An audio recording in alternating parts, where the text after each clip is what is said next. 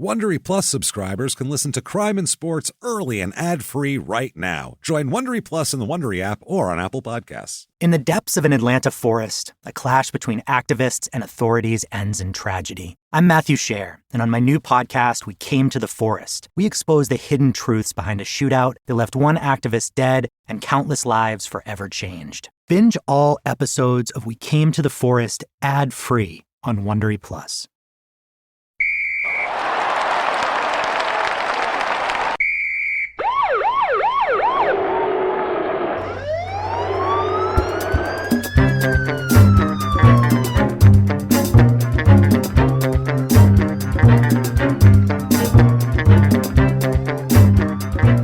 Hello, everybody, and welcome back to Crime and Sports. Yay! Oh, yay indeed, Jimmie, yay indeed. My name is James Pietragallo. I'm here with my co-host. I'm Jimmie Whisman. Thank you, folks, so much for joining us on another fun, crazy, wild edition of Crime and Sports. We have a fun one today. We have a baseball player. We'll go back to baseball, and this is someone I've actually met. And I've actually witnessed the things that he's been in trouble for. I watched them happening before my eyes and was like, oh, this is sad. So we'll talk about that. And we have an Adam Pacman Jones update for the end of the show as well. We have a Pacman update because he did get arrested about a month ago. No. And wow, was it for it's just ridiculous. And he's Pacman, a Pacman gonna be Pacman. And a Pacman will never change. We'll just say that. I'll be honest. Every time I go through the Atlanta airport, Pacman gotta eat. You know what I'm saying? I walk by chop, and I think about him every time. So do I. Every time. I'm thinking, should I just fight someone here in the airport just as a tribute to him? Maybe I'll fight. That guy looks like he's fucking wanting something. Look at him. Put down your little airport squirrely. chicken. Let's do this shit. And throw some fists. Come on, motherfucker. It's been a long day. I wouldn't, as you know, either of us were not to be trifled with in an airport. That's not on the road, baby. That's not the place to fuck with us because we are angry and things have been going wrong and we're not happy. And if you fuck with us in an airport, I will beat you with my chicken. I'm not even wasting the skin on my fists. Yeah. I'll jam a chicken thigh right up your ass. I'll beat you with a Delta employee. That's how angry I'll be. I'll pick one of them up and throw them at you because I'm angry at them and you now. So two birds. So today we have a crazy-ass episode that we'll talk about as well, and we'll get into that. But first, just want to say thanks for all that you do for us. You certainly want to head to shutupandgivememurder.com. Everything you could want there. Merchandise, tickets to live shows. Sure. December 2nd, Small Town Murder. We're in Dallas. Everything else is sold out up till then. But what you can also get is tickets to the virtual live show for Small Town Murder. They're so much fun, just like a regular live show, but right in your living room or in your car and on your roof. It doesn't matter. Anywhere in the world that you can get Wi-Fi, you can grab us, or internet, you can have us, and right in your house there. Do whatever you want. And it's the 26th. It's available for a week after that, so you can watch it as many times as you want. You can wait till Halloween and do it. It'll be our Halloween spectacular. We got costumes we're going to wear. We got all sorts of fun stuff. A crazy, gross episode. It's going to be a lot of fun. So that is shutupandgivememurder.com/virtual live is where you get those tickets. You also definitely want Patreon. Good Lord. Patreon.com/crime and sports. All the bonus material. Anybody $5 a month or above. You get it all, damn it. One cup of coffee will get you a whole back catalog of a couple hundred bonus episodes and new ones every other week. Great. Can't beat it, right? Yeah. I'm telling you. This week is no different. For this week, for Crime and Sports, we're going to talk about that BS High documentary. My God. Bishop Sycamore, quote, high school there, and the psychopath head coach that I feel we definitely haven't heard the last of, and we'll talk all about that. Just as one man's ego decides to get a bunch of junior college players injured playing high school football. It's wild. Ruin lives. It's crazy. Then for Small Town Murder, we're going to talk about something that I can't wait to talk about. Joey Buttafuoco, everybody. Oh, Joey. The Joey Buttafuoco, Amy Fisher saga of, where Amy Fisher shot Mary Jo, and it's a big thing, and Joey Buttafuoco and his Zuba pants. It's amazing. We'll talk all about it. How a Long Island Guinea auto shop, body shop owner, and who's attracted to a 16-year-old can really have a crazy story. So we'll talk all about that and more. Patreon.com YouTube.com/crimeinsports is where you get all of that. And by the way, listen to Your Stupid Opinions. If you haven't checked it out yet, it's out right now, and it is fucking great. We're not going to lie. Fire. It's fire. Get in there and get that shit. So do it up. We got that. So that said, let's talk about it. Our guy of the week here. I didn't know his first name was this. I got to tell you. What? We're going to talk about Otis Yeah. Bernard Gilkey. Bernard Gilkey's first name is Otis. Otis, yes. I didn't know that either. Did you? Wow. And named after the family dog? No, I'm pretty sure he's a junior. His dad's name is Otis Gilkey. He is. So unless the middle names are different, it seems like he's a junior. So that would make sense to call him Bernard to differentiate in the house. You know what I mean? That's what happens. Like when you get a mom that has two people, they will. So. A lot of guys too, when you're named Bernard, they go by like Bernie or you know what I mean. They change it up something a little like bit. That. He's Bernard. stuck with Bernard the whole time. Bernard Gilkey. His friends probably called him something different. Yeah. I think you'll get that a lot too, where people's professional names are different than their on the team. They probably just called him B. Yeah, B Gilk. Yeah. BG. What's up, B Gilk? So he's born September 24th, 1966. He is from St. Louis originally here. Is he? He's a St. Louis guy, absolutely. How about that? Mother's name, Mary Gilkey. And father, like I said, Otis. He's got an older brother named Steve. He's got a sister named Deborah. So, he's got a family here, grows up with them. Mary Gilkey here, remembered regularly taking her 3 children to the Arch, which is, I guess, the St. Louis Arch. St. Louis Arch, yeah. She said the kids loved it. They couldn't wait to get there. I don't know, for the view, maybe. It seems like it would be boring for a kid after the first time. You'd be like, I saw the city, Ma. It's St. Louis. It's still not that impressive. I'm moving on. Is it just because it's got the elevator and you can go up and view? Is that it? Maybe. She said that Bernard was not into it. Yeah. He was the youngest. He was the youngest and wasn't into it. She said that he told her, quote, "This isn't where I want to be." Oh, is that right? Coming from a kid. I don't want to be here right now. It's pretty fucking funny. And she said, "Where do you want to be?" And he said, "I want to be at Busch Stadium." Really? I want to be at the ballpark is where I want to be, which, shit, as a kid, if you said, "Do you want to go to the St. Louis Arch or the ballpark?" I would have picked the ballpark, too. Fuck Any fucking day of the week, yeah. He was super into baseball. Lou Brock was his favorite player. Is that right? Lou Brock was a beast before Ricky Henderson. He was the all-time stolen base leader and a really great player all around. Deal. Yeah. So they said also Bernard was great at basketball, though. That was his sport. Okay. They said he was a great shooter. He's a great ball handler and everything like that. And everybody said in the town or around in St. Louis, all the school and everything, they were thinking that he was going to be a basketball star. They never even thought about really baseball, but he liked baseball. Great. He said, "I want to be an outfielder and I want to play at Busch Stadium." That's what This he wanted. motherfucker is clairvoyant, too. Yeah. He's got a goal and he sets it and he's in. Mary said, "I didn't tell him he couldn't. I just kind of thought it would be fun to watch him do it." So, yeah, if he wants to be a baseball player, let him be a baseball player. So he shared a room with his older brother growing up. Yeah. So there's people who share rooms and people who don't. And sharing a room growing up is a totally different lifestyle than if you had your own room. Yeah. Yeah. If you have your own room. I mean, jerking off in the shadows is a completely different thing. Trying to make bed bugs? What? Bed bugs. I hope you're not trying to make them. Bunk beds not shake is not easy. That's got to be hard. So they said they like to clean their room by themselves all the time. So she said, and their mother would be like, before she could tell them to clean the room, they'd clean the room already. And he's so Mom, rather than being like, "Oh, my boys are good," she was like, "What the fuck are they up to?" Which is a good mother. A good mother knows that when their kids are doing something too good and they're up to something. You know what I mean? Mary's smart, I think.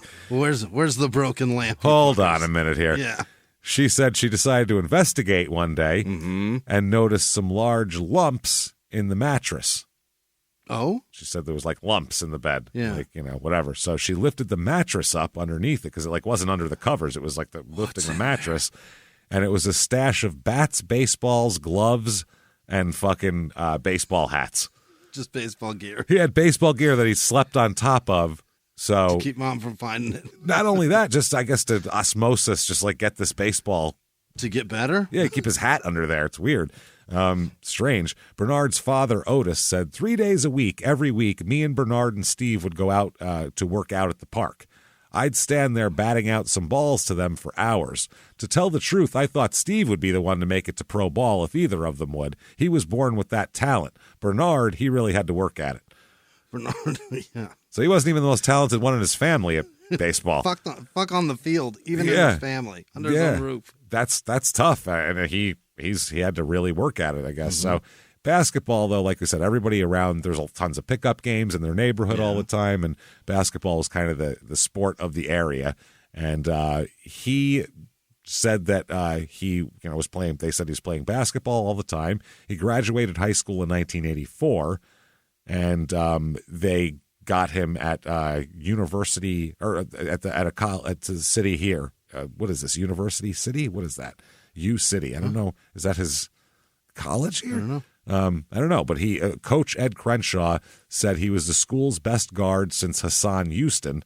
And that's his high school. And local coaches said he was the best outside shooter in the area. Oh. Yeah, they said we didn't have the 3-point line back then. This is the coach.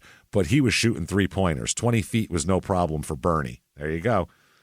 Bernie. Before 3-point shots. Yeah, that's how long ago it was. He was jacking threes. Yeah, because even in the NBA, they didn't have 3-pointers till the early 80s.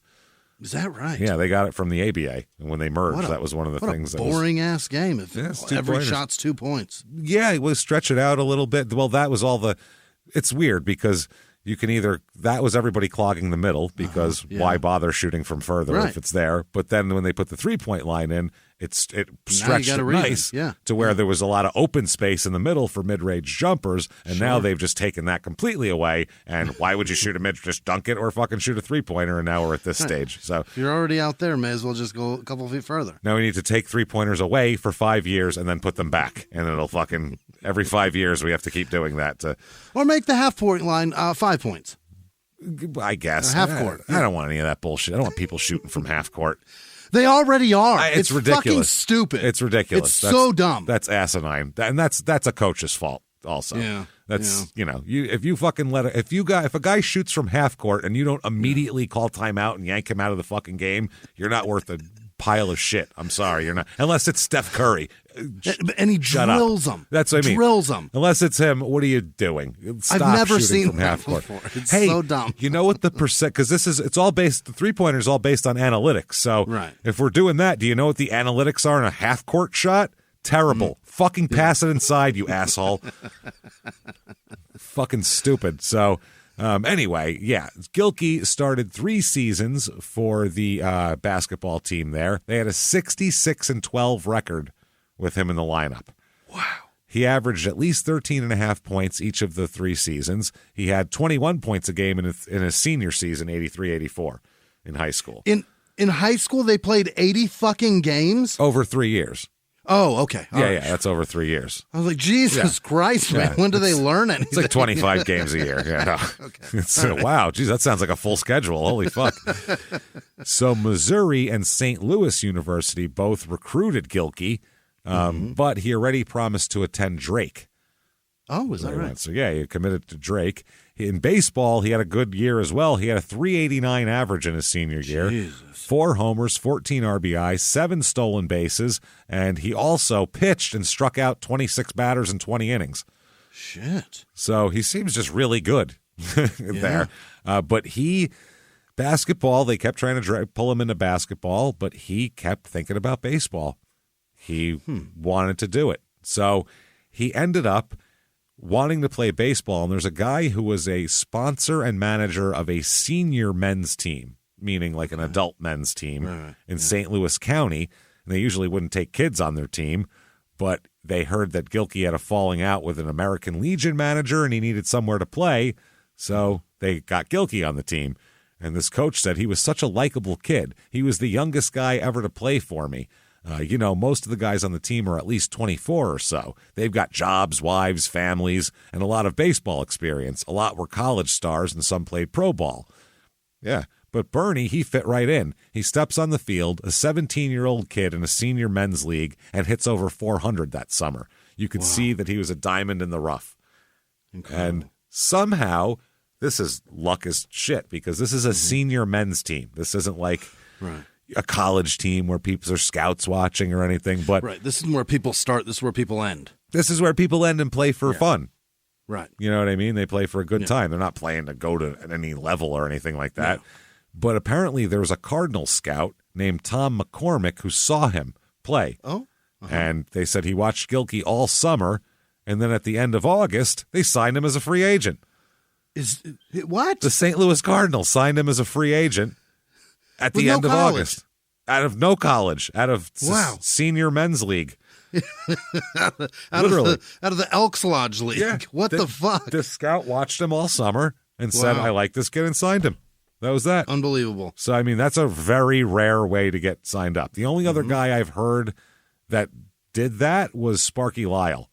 It was the same Nash, way. Right? And who? And Toe Nash, too, And right? Toe Nash. Yeah, Toe Nash. But didn't he play? I can't remember exactly. Did he play college? I don't remember. College. But I remember they found him in like a cornfield. Yeah, Sparky Lyle was playing like some just league ball. He was playing for some dairy or something, like he was Gina Davis in fucking League of Their Own. And that's how he got. I guess he struck out 20 batters one day and it was in the newspaper, and somebody saw a newspaper clipping and was like, some kid's striking out 20 guys. I'll go take a look at him while I'm passing by that town, and it turns out he got lucky. So how about it? It's very strange here. So he said, though, Bernard said, everyone thought I was going to play basketball and go to school. I even thought so. But something inside me told me I should concentrate on baseball. Well, thank fuck for that, man, because is the 80s. And it's about to blow up for salary.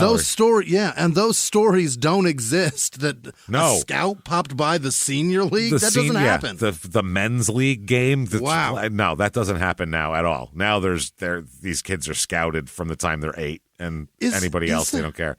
Is there something clairvoyantly special about this son of a bitch? He's a lucky bastard. And how the hell? The timing on this guy, up until Grace, this guy has remarkable timing. Everything works out perfect. Right place, right time. Yeah. Hits well, right when contracts are a certain way. He gets it's like he just grooves everything perfectly, and then life just takes all of the last dozen years of good things that have happened to him and just puts it in his face like a pie.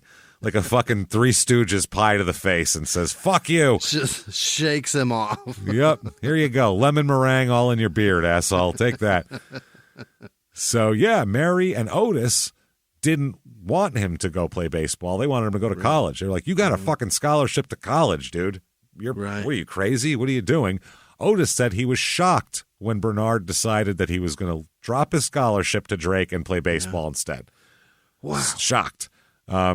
Bernard said, this is what Otis says, quote, Bernard said, this is what I want to do.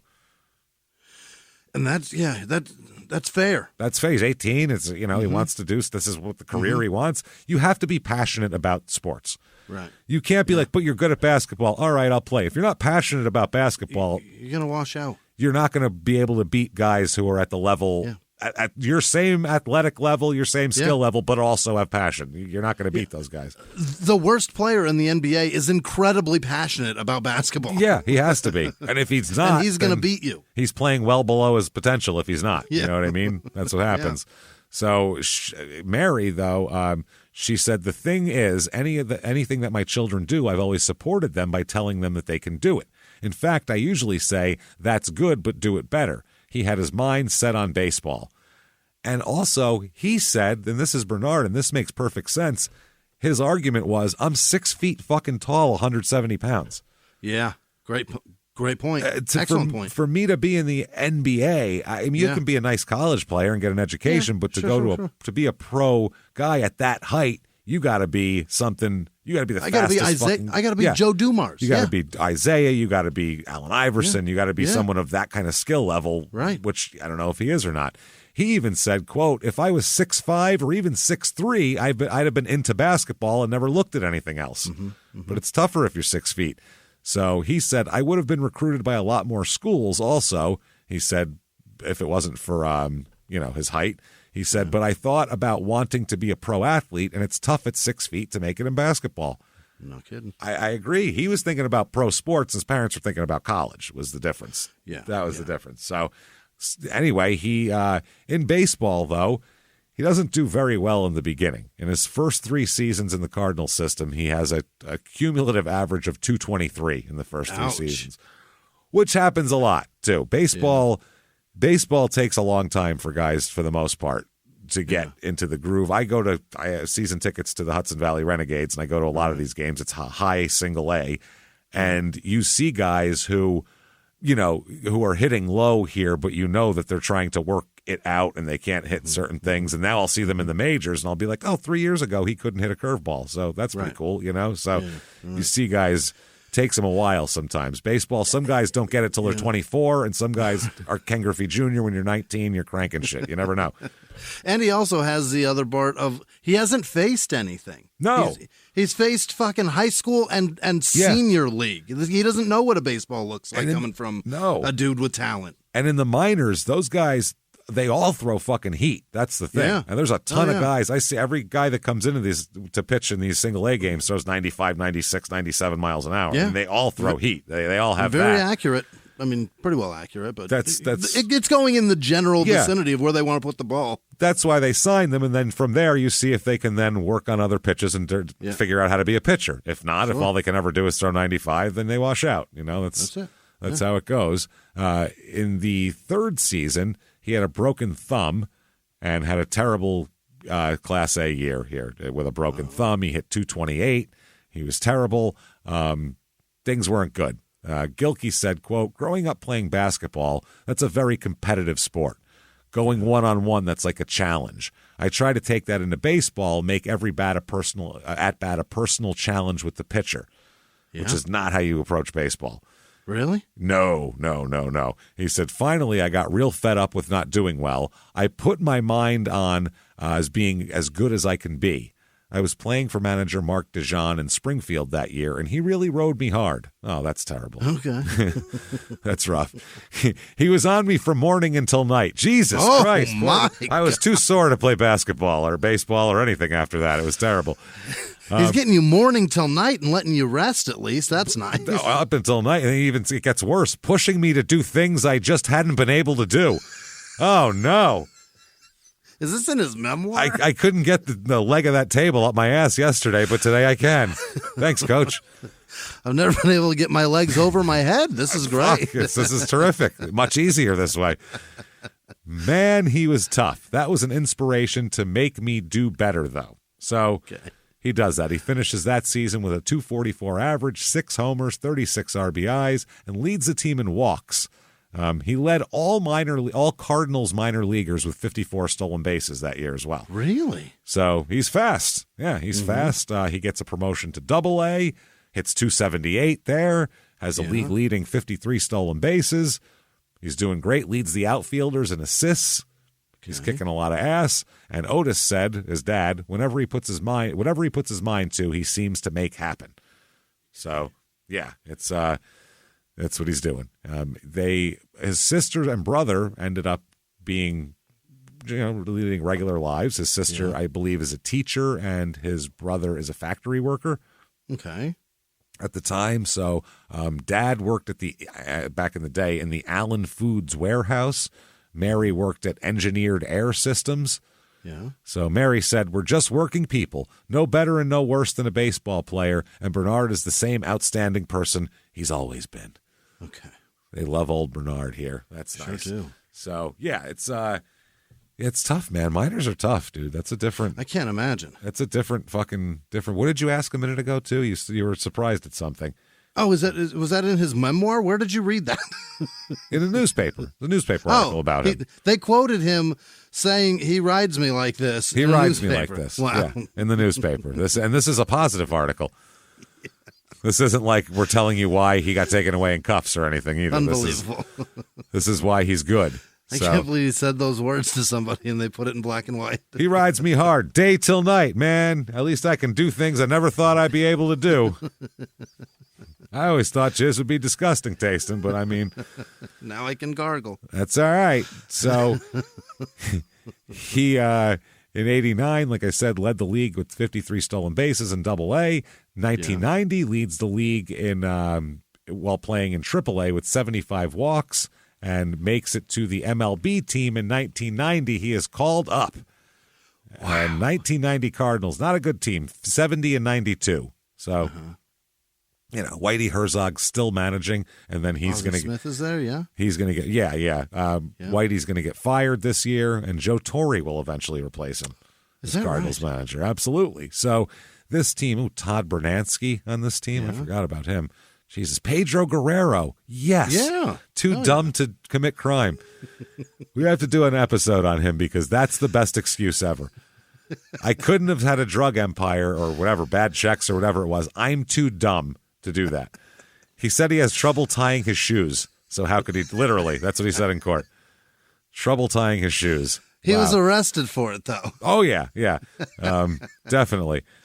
Lee Smith, Ozzie Smith, both the Smith guys on this team here. We got Tom Pagnozzi. Oh, shit, Willie McGee on this team. So still a lot of those 80s Cardinals left over here. Yeah. Todd Zeal, there's a newer guy. But I was going to say, is Todd Zeal Todd Zeal got there, absolutely. So, good team for not too shabby. So 19, but they don't do well on the field. They're terrible. Good names. They used to be good. So 1990, August 15th of 1990, here, when he comes up, they said he still lives at home in the off season with his parents. Bernard said his mom says she likes making life easy for him. Quote, he wakes up to breakfast, goes and works out, and comes back and dinner is ready and his clothes are washed for him. What? Wow. He's got it made. 24-year-old man? He's got it made, but I love doing it for him. Yeah, this is great. He's a fucking Major League Baseball player. Right. He stands alongside Todd Zeal and Guerrero as equals. Yeah, hangs out with fucking Ozzie Smith.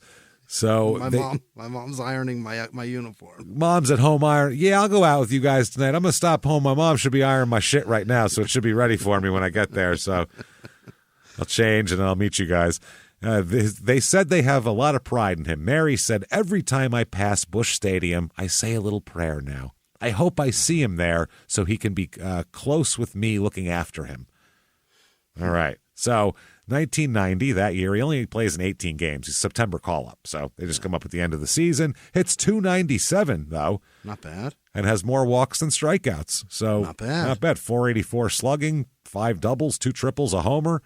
He's doing well. Not bad at all. Yeah, they like the looks of him here. The cut of his jib is what they like. You betcha. 1990 there, he makes $100,000 that year. Fantastic. Yeah, that's enough to have someone else do your fucking laundry. Maybe take it somewhere. That's what that is. It's enough to have your own place, you fucking weirdo. There you go. 1991, he becomes the first Cardinal, I believe, since 1945, to start opening day in left field. The first rookie Cardinal. Is that right? To start in left field on opening day since 1945. Yeah. So they think a lot of him. Yeah. Is what that says. 45 years. Yeah. And this year, 1991, under Joe Torre, they go 84 and 78. Better. Pretty good. Yeah. Better. Not bad. Second in the NL East. So not too shabby at all. And it's pretty much the same team. Not too many different guys just on here. Joe Torre's words of affirmation and fucking helping him out. Yeah, and a couple other guys thrown in there, but still, that's about all it is. It's not much more than that. This year, he plays in 81 games, so exactly half the games. He has 268 at-bats. Only hits 216 here, though. 216, 313 slugging. Not the best here, we'll say. He has 14 stolen bases, though. They like that. More walks than strikeouts still, which is good. 20 RBI, 5 homers, 2 triples, 7 doubles. He's young. They had him play the whole year and take his lumps, which some teams will do that. The Yankees did that this year with the shortstop they called up. They were like, well, you're going to hit 225 this year, and you're going to either get through it or you'll be gone. So feel it or open a vein. Here we go. That's it. Have you ever gotten a message out of the blue? Maybe you ignore them. Or maybe you end up in conversation. Maybe they tell you about an amazing offer. I can really show you how to make some money. And maybe that gets you into a lot of trouble. But this isn't a story about people like you, the people receiving these messages. This is a story about the people behind the messages, on the other end of the line. Thousands of them, working in a microcity, built for scammers. From Wondery, the makers of Dr. Death and Kill List, comes Scam Factory, a new series about survival at the expense of others. Follow Scam Factory on the Wondery app or wherever you get your podcasts. You can listen to Scam Factory early and ad-free right now by joining Wondery Plus in the Wondery app or on Apple Podcasts. He was hip-hop's biggest mogul, the man who redefined fame, fortune, and the music industry. The first male rapper to be honored on the Hollywood Walk of Fame, Sean Diddy Combs. Diddy built an empire and lived a life most people only dream about. Everybody know ain't no party like a Diddy party, so. Yeah, that's what's up. But just as quickly as his empire rose, it came crashing down. Today I'm announcing the unsealing of a 3-count indictment, charging Sean Combs with racketeering conspiracy, sex trafficking, interstate transportation for prostitution. I was up. I hit rock bottom, but I made no excuses. I'm disgusted. I'm so sorry. Until you're wearing an orange jumpsuit, it's not real. Now it's real.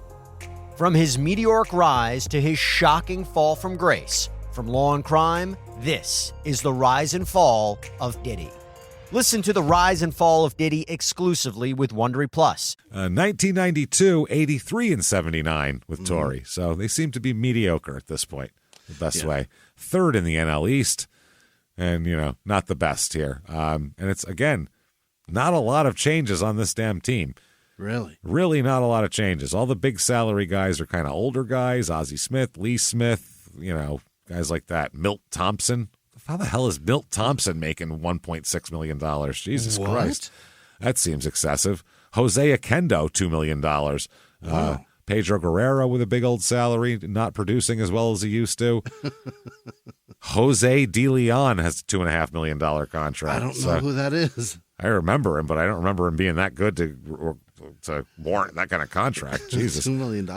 So this year, he plays in 131 games and has a much better year. 384 at bats. He hits 302 this year. So from 216 to 302 is a pretty good come up. Solid. Yeah. 792 OPS. I mean, he's doing pretty damn well. He has 18 steals, 43 ribbies, 7 homers, 4 triples, 19 doubles. Good year, makes $135,000. There you go. So he's still making that low entry wage for baseball there. But better than what he made last year. Oh, Christ, yeah, much better than working at a factory, too, for 1992. 1993, the Cardinals are 87 and 75, another mediocre season. Yeah, they did this for quite some time. Yep, they finished third that year again, and roster, same shit. They got Ozzie Canseco this year. What? Outside of that, Greg Jeffries came on the team.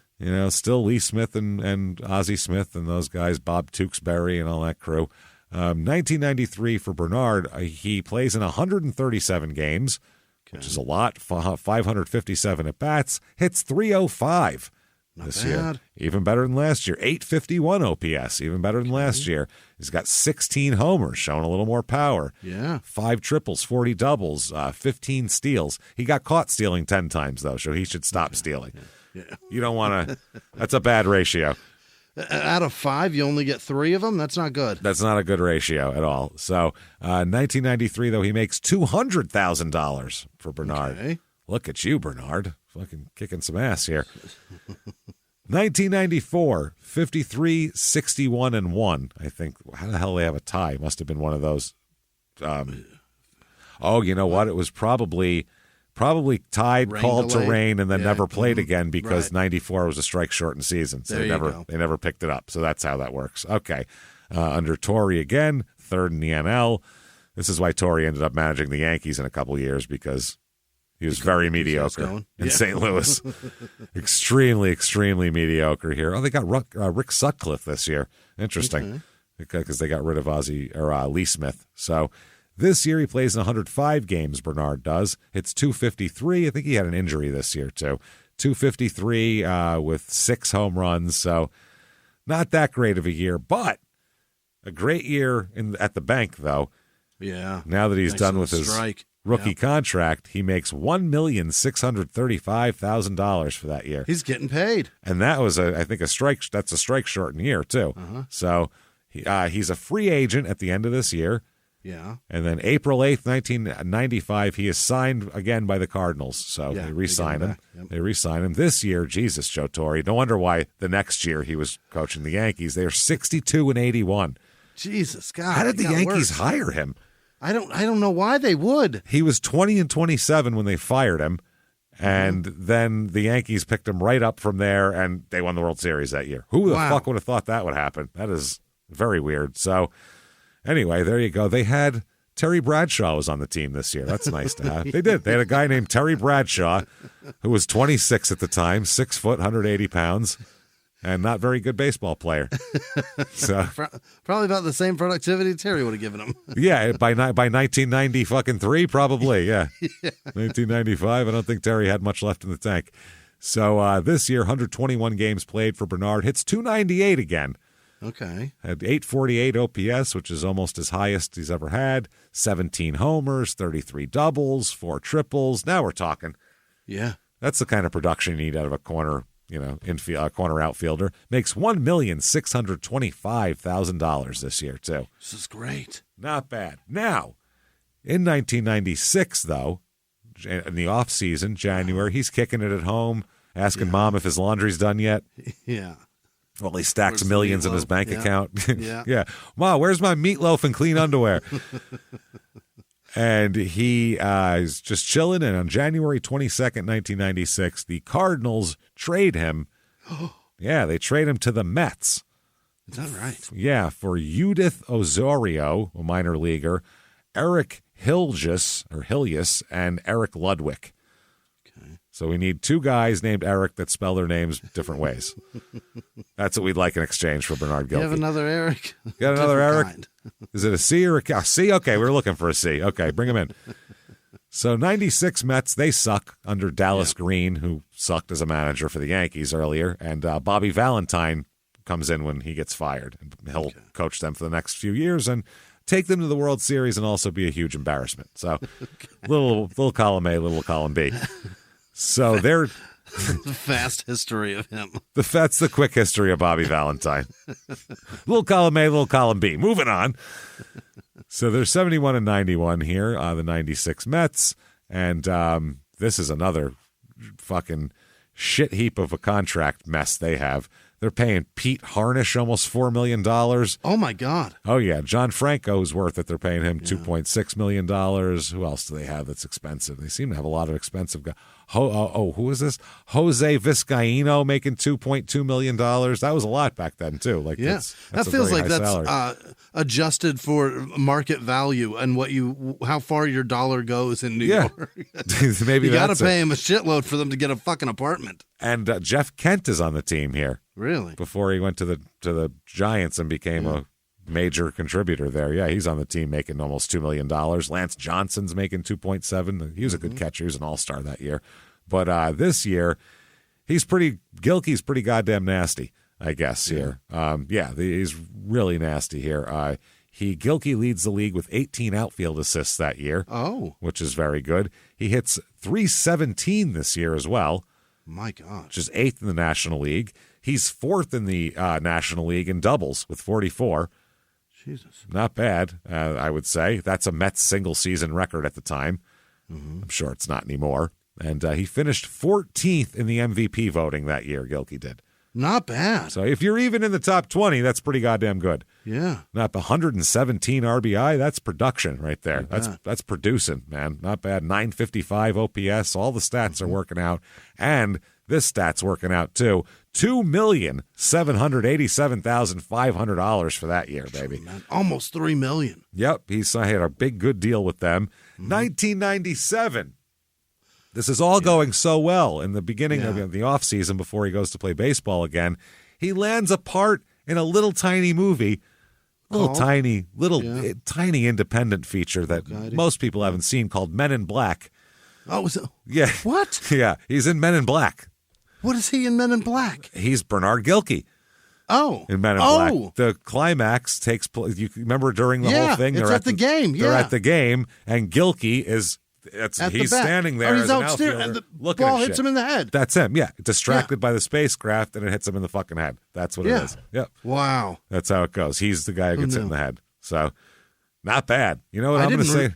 I didn't recognize that. No, I forgot all about it, too. Till we were like, oh, yeah, look at that. That was fucking Bernard Gilkey. I think Will Smith movie. Pretty safe to say grace on that, right?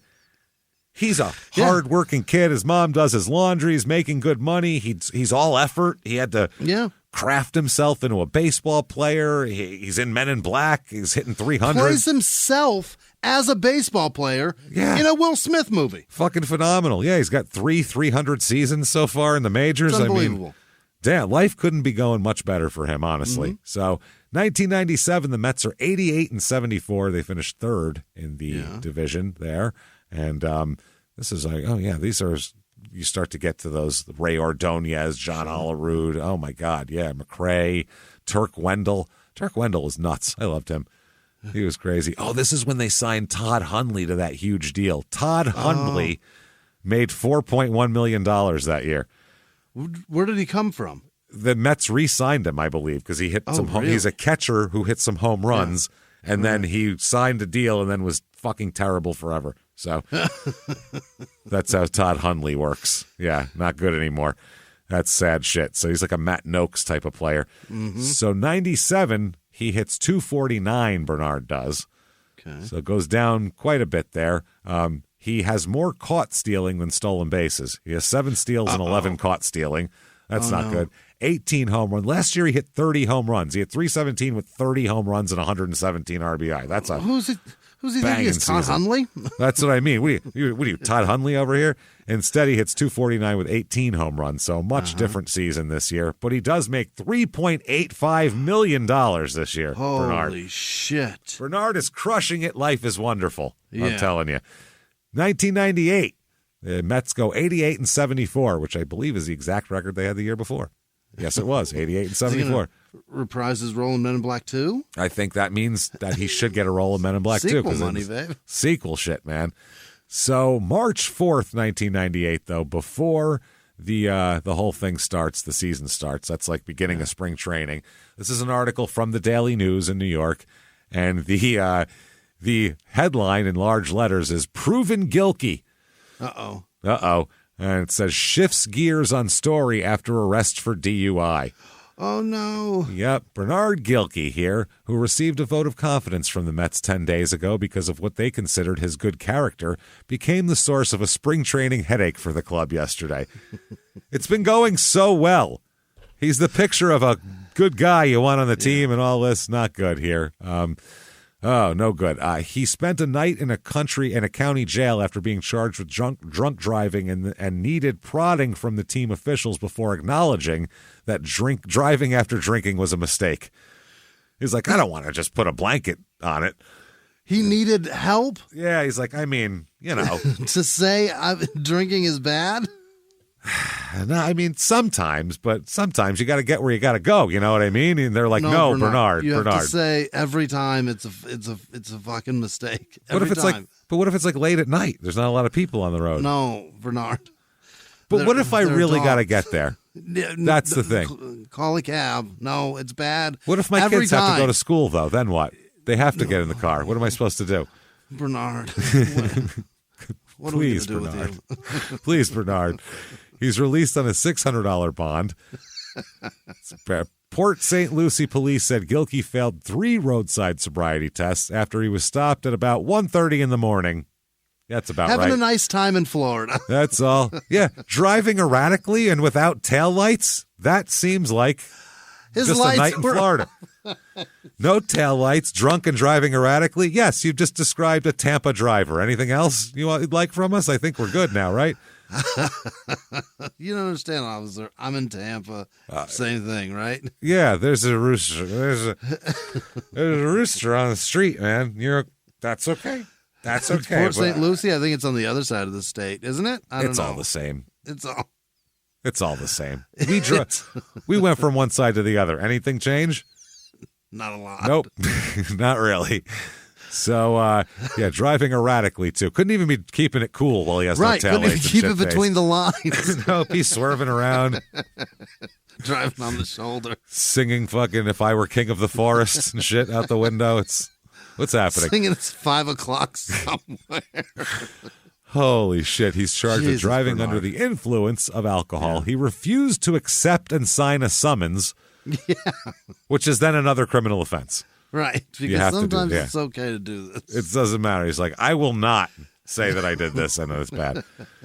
So shortly after his 10:15 a.m. release, he met briefly with Mets GM Steve Phillips at their spring training complex right after he got out of jail. Idiot. And was excused from the Mets exhibition game against the Expos. They're still around, barely, in nearby Jupiter. Gilkey returned to the complex late in the afternoon to address reporters and disputed the police account of his arrest. Of course he did. He denied that he was intoxicated when police stopped him and said he, quote, had 2 beers at a bar. Yeah. That's it. And he wouldn't say that's bar. that's why I'm here. That's why the cops are here, man. Then he said this, and this is not what you want to say when you're saying I wasn't drunk. Quote, I felt good. Yeah. Of course you felt good. That's what that shit does. That's what it does. It makes you feel pretty warm and good, and also makes you feel like you can do things that you can't do. That's one of the things. That's why driving is bad when you're drunk, because when you're drunk, you feel like I could fight that bigger guy. I can talk to that girl and she'll definitely want to fuck me. Like, there's a lot of crazy thoughts you have that you shouldn't have, and I real confident, drive fine. Feel good about myself. That's the idea, man. He said, I don't feel like I was inflicting any danger to myself or anybody else on the road. But also the idea. Also, your judgment's impaired when you're drunk is the other thing. So you're making the case for them. That's how you think you can fuck her, and she looks really hot. And then you wake up and you're like, oh, I shouldn't have fucked her. She's not near as hot as I thought. Or she wasn't as hot and she still didn't want to fuck you. That's the other thing that happens. Because your judgment is trash. Yeah. And you're like, she didn't want you. And then you saw her later on. You're like, oh, God, thank God she didn't want to fuck me. I don't want her anyway. Yeah. Thank you for having standards, because I didn't at that time. One of us has to have standards. Also, you just said Jupiter, Florida. I'll bet you apart from L.A. and New York being cities of like horrible things that happen to celebrities, I'll bet you Jupiter, Florida is right up there. It is. Constantly in the fucking news. But because celebrity athletes live there, and then there's spring training down there. Happens all the time. It's just athletes are constantly in trouble there. Tons of people drinking and then going, well, I got to get home somehow. I think Tiger Woods has a DUI in Jupiter, Florida. I think he does. I think that whole thing happened down there. So I felt listen to this statement in terms of from the top, in terms of I'm not drunk. This is the worst statement he can give. Yeah. I felt good. I didn't feel like I was inflicting any danger to myself or anybody else on the road. I was almost home and he pulled me over. I almost made it home. I felt like I was competent enough to make it home. Does he understand what the law is? No. He also doesn't know the stats that most car accidents, and they're all real close to the house, real close to destination.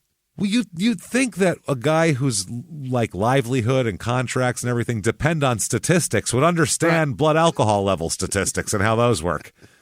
And it doesn't matter if you felt like you had a good season. If you hit 220, everyone else doesn't think you had a good season. Yeah. So you hit 220 and go, I felt good. I was swinging the bat well. A lot of balls just didn't fall in.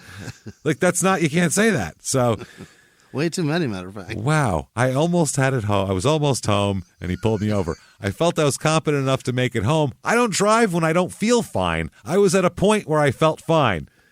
What does that tell you? Yeah, that tells me he does this a lot.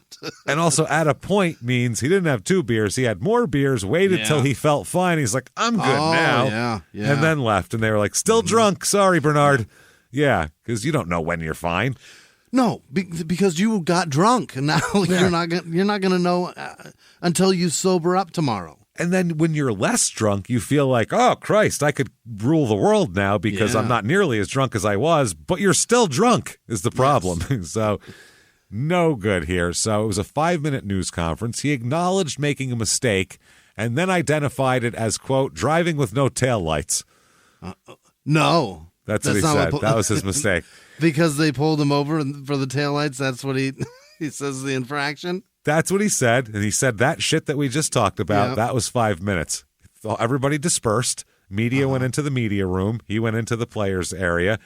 15 minutes later, he pops up in the media workroom again. Next to the the general manager of the baseball team, Phillips, and assistant GM Omar Minaya, and their publicist Jay Horowitz. He has something to say, guys. He'd like to revise his comments, he said. These guys have told me that I have another thought. Yeah, they said that I must, what I said, not great. No taillights wasn't really what I was going for. How do I get out of this? Shit, I'm in trouble. Fuck me. He then said, yes, I did make a mistake. And the mistake most definitely was driving after having a couple of beers. I want to clarify that because these guys yelled at me and they all said, Bernard, what the fuck are you talking about? I forgot to say I didn't mean to drink and drive. Oh, yeah, that's what I was going for. Did I say taillights? And by the way, I felt fine. I want to reiterate that. I was fine. I meant Miller lights. The Miller lights. When I'm really drunk and I touch my nose, it feels numb on the end. So when I know how I'm not that drunk anymore, when my nose has feeling in it again, and I felt my nose, so I wasn't that drunk. Trust me. I didn't mean tail lights. I meant beers. Phillips, the GM, said that Gilkey faced a possible disciplinary action for breaking the team's 1 a.m. curfew. How about getting arrested? That would be the thing to do. He declined to comment on his behavior and said the incident did not change his opinion of Gilkey, who is guaranteed $15.8 million over the final 3 years of his contract. Holy shit, he's going to get average $5 million a year. Yep, he is getting paid. So they said that they would. This was after they said that they would not. Earlier, 2 weeks ago, they said they weren't going to pursue a trade for Gary Sheffield. And when they said that, they had cited the leadership Gilkey provided and a desire to maintain team chemistry, is what he said. And if they got Sheffield, they might have traded Gilkey. Now they're like, fuck. We should have gotten Gary. Shit. Phillips said, I said to Bernard, and I believe it will not have an effect on the way his teammates or coaches look at him. Fuck no. They drive home drunk every night, too. They don't fucking care. Didn't the manager of the St. Louis Cardinals get pulled over and like Tony La Russa? Yes. Didn't Lots he get of times. pulled over and scream about, do you know who I am? We'll have an episode about him. He is just like... Yeah. Wow, what a menace. He is a captain of a drunken ship, boy. He just... Whew, what a it's pirate. Fun. He's a pirate. Yeah, he should have managed the Pirates instead. So he said, this team faced with adversity always has pulled closer together. From what I've seen so far and heard so far, I believe that will be the case. Obviously, I wish it didn't happen, but I feel the same way about Bernard and how important he is to the team. Bobby Valentine, the manager, said that it was an apropos time to remind players about the dangers of driving and drinking, and suggested the club ought to reconsider its policy of serving beer in its clubhouse. Oh, they're doing what? You shouldn't serve beer in the clubhouse, they're saying. No. Which the guys drink beer after games. Right. They do. They have a couple of beers in the clubhouse and then take off. That's always been baseball. Driving that way, huh? Always, yeah. So they said Valentine declined to say whether he thought Gilkey had a problem with alcohol or whether drinking affected his performance. As long as he's not drunk in left field, it's probably okay. Valentine said it's a logical question. I'm not smart enough to figure it out, but it's a logical question and an obvious inference. Yeah. So the cops here from this police sergeant Mike Mason said he had offered a different account than what Bernard said here. He said that Gilkey said his only offense was driving with a broken taillight. This officer disagrees and said that Gilkey was way too drunk to drive. More than two. Yeah, Gilkey had said, I wasn't feeling impaired. He said this about the cop. I wasn't feeling impaired. He thought I was. Which there's only one person's opinion that matters in that case. It's his. Yeah. Yeah, I didn't want to go to jail for murder, but the judge had a different opinion. So, according to the affidavit, he was driving in his white 1998 car westbound along Port St. Lucie Road when Mason noticed the vehicle from the oncoming lane. The officer reported that he turned around and attempted to follow Gilkey, who was driving about 55 in a 40, which is that's called Florida speed limit. It's fine. Yeah, he noticed he was doing. Okay. Yeah. From going the other direction, Well, he thought he was going too fast. No. He said he noticed that he was, quote, half in the turn lane and half in the driving lane. That'll get the nut. That draws a little attention. Yeah. It's going to be different there. Half in the middle of the road. Jesus Christ, Bernard. When the officer flicked his lights on, popped the blue lights there, Gilkey's vehicle, quote, almost came to a stop as it headed toward the raised median. Then swerved away from the median and right across 3 lanes to come to a stop. Yeah, as he looked in his rear view. He went, oh, fuck, Jesus Christ. Shit. So the cop reported a strong odor of alcoholic beverage on his breath, and he said that Gilkey seemed to be confused as I spoke to him. As the cop attempted to administer one sobriety test, he said Gilkey, quote, swayed from side to side. Or, as he puts it, is in a pretty good place right there at a good point. Feeling pretty good. Feeling good at a good point. I felt good. That's why he felt good. He's swaying. When instructed to touch his nose with his right hand, Gilkey twice touched his mouth. He attempted once with his left hand, striking his mouth as well. Jesus Christ. I'm better with my left. No, you're not. Let me try with my left. Seriously. He also reported that Gilkey failed to walk a straight line as instructed. Gilkey, though, insisted that he walked a straight line. Every time I watch that, like, live PD, there's someone doing that, and they get done half falling all over the place. They go, huh? Right? That was good, right? See? I'll be leaving now. Thanks, guys. And they're like, no. Hands behind your back. You're shit-faced. I wish you could have seen the video. No, that was real bad. Good God. Gilkey said he declined to take a breath test. Okay. Why did he decline? Because, quote, he didn't think it would help anything. It's certainly not going to help. Yeah. He said, I didn't think it would help anything. I thought he was going to do his policeman duties. That's what he said. Okay. Which is give you a breathalyzer if he thinks you're drunk at 2 o'clock in the morning on the road. Wow. So, obviously a little different kind of a year for them here.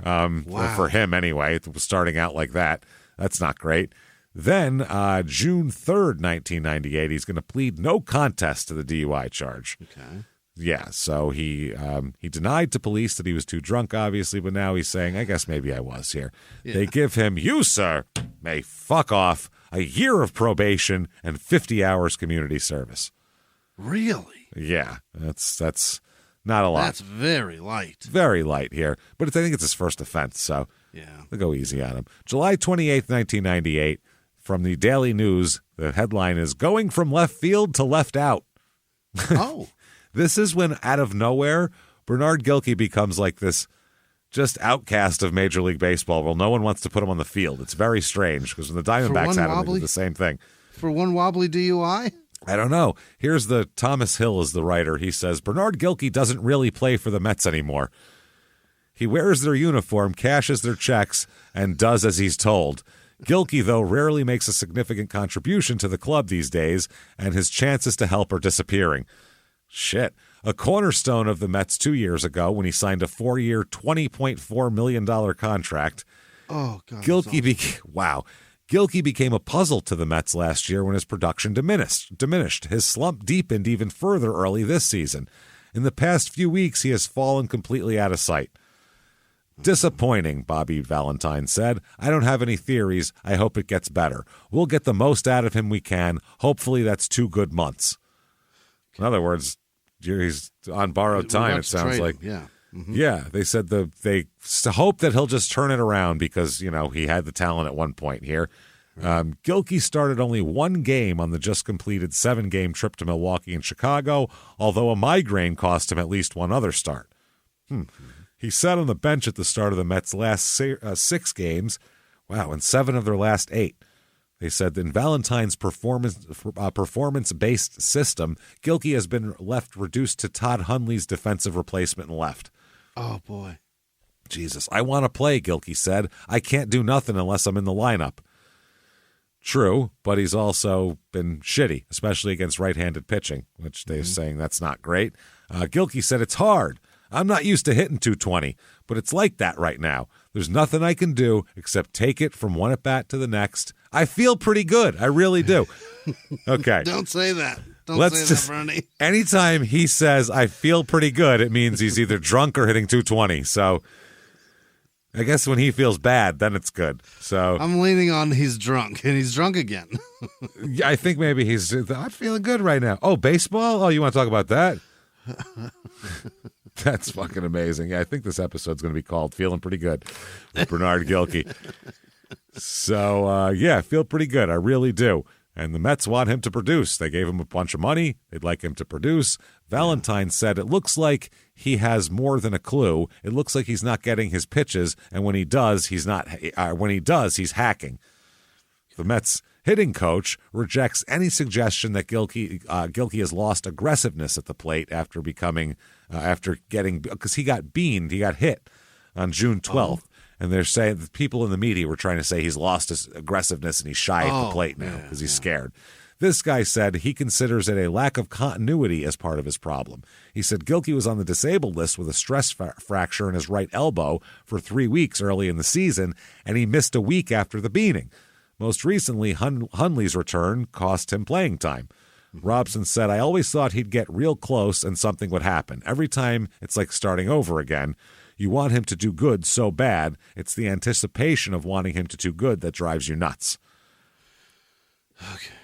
And Gilkey says, quote, I just believe in my ability. I believe things will turn out well. Hitters are going to hit. I know I'm a good hitter. Numbers don't tell the whole story of a man. Whether be it batting average or blood alcohol content. I believe in the next 4 years, I'm going to make $20 million. I'm feeling pretty good. I'm feeling okay about that, I'll be honest. Behind the closed doors of government offices and military compounds, there are hidden stories and buried secrets from the darkest corners of history.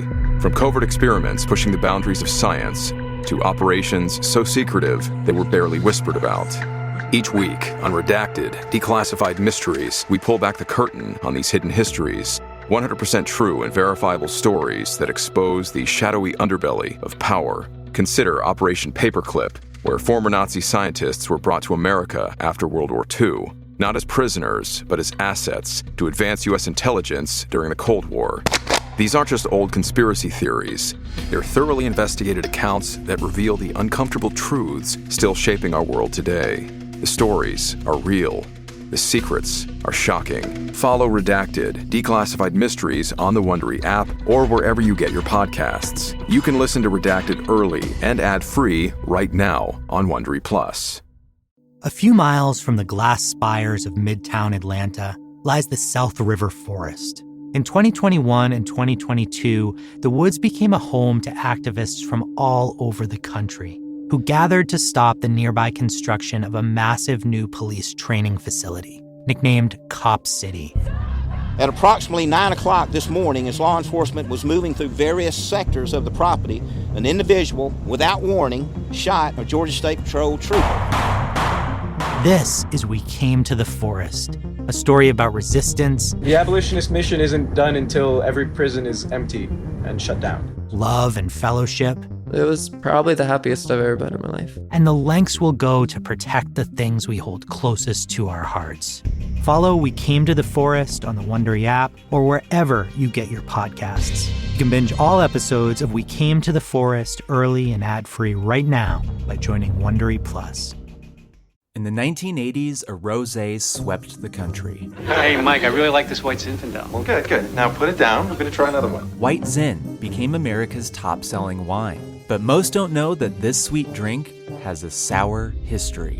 What began in 1986 with counterfeit bottles. A big fraud, a multi-million-dollar fraud. Sent investigators chasing one of the most powerful families in the business, the Licciardis. But the closer the feds got to them, the more dangerous things became. It's a story of deceit. At the time, I was paranoid. Threats. You touch my kids, I will kill you. And murder. With a .22 caliber bullet to the head. What started with a scheme to mislabel wine spilled into a blood-soaked battle for succession. Welcome to Bloodvines. You can binge listen to Bloodvines exclusively and ad-free on Wondery Plus. Join Wondery Plus in the Wondery app, Apple Podcasts, or Spotify. He said, I'm going to keep on going. Once you give up, you're in trouble. I'm not going to give up. Nobody's going to make me give up. Okay. This seems like the classic case of needs a change of scenery. You know what I mean? A lot of guys have these problems and they're buried, and then they have a change of scenery and they're revitalized and everything's great. Yeah. So he's traded here July 31st, 1998, on the trading deadline, traded by the Mets with Nelson Figueroa and some cash to the Diamondbacks for Willie Blair and Jorge Fabregas. So that's when they got him, huh? That's when they got him, was mid-1998, which I remember very clearly. This is the Diamondbacks' first year, 1998. Yeah. They are 65-97 because they're an expansion team. Buck Showalter there is the guy. Jesus, this roster too. Tony Batista, who I used to live 2 doors down from. Really? Third baseman at the time. Yeah, I lived right by him. Jay Bell. Wow. Yep. Andy Benez. This brings back memories. This old Diamondbacks were Omar Dahl. Remember him? Yeah. Dave DeLucci, Paisan. Yeah. Over there. DeLucci there. They had Devon White in center. Different guys, I think, because they had, I'm thinking later on of that. It wasn't Jay Bell. It was Devon White, Matt Williams. Mm-hmm. All these guys. Okay, wow. right field. Right field, their main right fielder, 30. That's split all around. Brent Breed, Yamil Benitez, DeLucci played some games out there. Wow. Kareem Garcia, that's right. Oh. Kareem Garcia, I remember him. Must Andy have been Fox. a couple years later. Yeah, I got spit on by one of those guys. Ah, what a dick. Well, he hit the fence, and I was sitting in those stupid bleachers. Yeah. And on the front row, and he hit the fence with his face. Oh, and his cheek just sprayed shit all over us. He probably regrets that as much as you, I would think. I'll bet he face does. on a wall. Yeah. It was just nothing but tobacco yak all over people's chests. Jesus. That's not great. Oh, no, nice. Bad day. Copenhagen on me. Thanks. Nice. Now I got to go home with this. Thank you. So 98. Thank you, right fielder. Who I won't I don't be even able to remember your fucking name. You spit on me. I still don't know you. It's not like Barry Bonds lost his chew on you. That would be something. But so 98, he plays in a total of 111 games, 365 at bats, and hits a grand total of 233. Better with the Diamondbacks, though. Raised it to 248 with the Diamondbacks. So they have hope for him. He does make $5,050,000 that year, though. Really? He's the highest paid player on the team, huh? No, because they had Matt Williams. Yeah. They had Randy Johnson came then. So that was they were way higher paid. I'm trying to look here. Yeah, we got Matt Williams, $4.8 million. He didn't make as much. Nope. Devon White, $3.15 million. $5 million for Jay Bell. $6,450,000 for Andy Bennis. Really? Yes, that is. They really unbelievable. Thought, and they needed bodies. They were like, he's our ace, even though he's fucking mediocre. So there we go. He makes $5,050,000. 99 Arizona. They flip it totally around. 162 that year. Is that right? In yes. 99. Yeah, they made the playoffs. They were first in the NL West. Yeah. That year is that's when I worked at the ballpark, or I worked at the, before I worked for the Diamondbacks, when I worked at the bar right by there, Jackson's on 3rd. Yeah. And so, I was standing outside for all of these fucking games when they let out, and they had a lot of people coming. They were over 3 million in attendance. They did well that year. And that was the year that Bernard would come in and on days off, on their days off, he would come into the bar.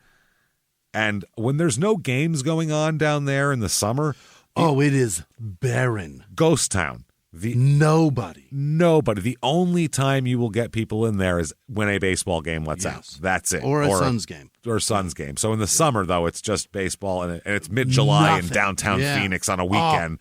No one's fucking there, or even a weekday. Yeah. So the bar would be empty. I mean, it's this giant bar. I don't even know the square footage. It's enormous. You remember? Cavernous room with 0 bodies in it. No people, just us employees walking around. Yeah. Us and Bernard Gilkey. Getting shit hammered? Sitting in the evening light with the dust particles, around where you can see it. Sitting by himself at the end of the bar, drinking and chain smoking. Really? Chain smoking, man. I'm talking light one, put it out, light another, and drinking. Just not watching TV. This is 99 before looking on his phone. Yeah, there's nothing on his phone. Staring at the bar. Wow. Smoking. That's how, he was distraught. Like, you could see it in his carriage. And it was killing him. The way he sat, bro. He sat just like... He sat like a guy that just lost his job at the factory, and he's got like 3 felonies, and no one else wants to hire him, and he doesn't know what to do, and his child support's due. That's what he looked like the weight of the world on his shoulders, and he just sat there. And the weird thing was, if anyone came up to him, because anyone who would come in, they'd go, "Oh shit, Bernard Gilkey." He'd go, "Hey, how you doing?" He'd be real friendly, shake their hand, "Nice to meet you," and all that shit. As soon as they'd walk away, right back to staring at the. It was weird because I said hi to him. After he'd been there like 3 times, I'm like, man, he's here all the time. We've walked by this guy 7,000 times. I might as well say hi to him. He's a regular now. Yeah. So I was like, shit, Bernard Gilkey. I was like, what the fuck? Why don't the Diamondbacks play you, dude? You can rake. I remember saying, you can fucking rake, man, because I remembered him on the Mets hitting. Yeah. And he was like, wish I knew, man. That's exactly what he said. He said, wish I knew, man. And I said, well, shit, I go, well, maybe you'll get back, you'll get back in there. You show him what's up. And he's like, and he just nodded and went back to his drink, shook my hand. That was that. Was he drinking hard liquor or was he drinking beer? Liquor. Wow. Liquor with rocks. Yeah. Rocks drink, chain smoking, ashtray right next to him. Like a fucking, like a sad detective man. that's seen something bad. Like a hard-boiled detective who's on his 3rd divorce. That's what he looked like. But he's just hitting 230. That's his problem. And he's just, and he can't solve the case of that dead girl, and her mother keeps calling.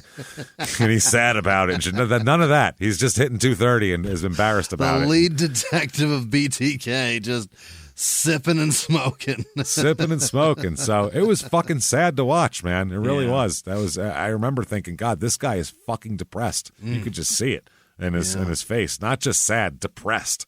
It was a depressed man. And then he'd wander out of the fucking place, and I assumed to go drive drunk. That's all I can assume now.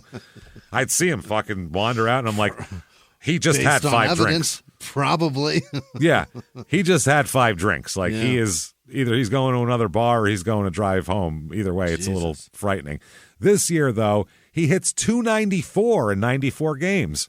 Oh. Gets it back together again. Yeah. 294, does a little bit better. 8 home runs, 39 ribbies. He's a platoon player, obviously. Maybe it's your magic words, man. You don't know. Maybe my encouragement. You can rake. It's like, he left that bar and was like, I can fucking rake. He goes, man, I can rake. I can rake. I can. He walked across the street, went right back to that fucking stadium, and just shagged fly balls for the next. That tall 20-year-old bouncer really fucking had some wisdom.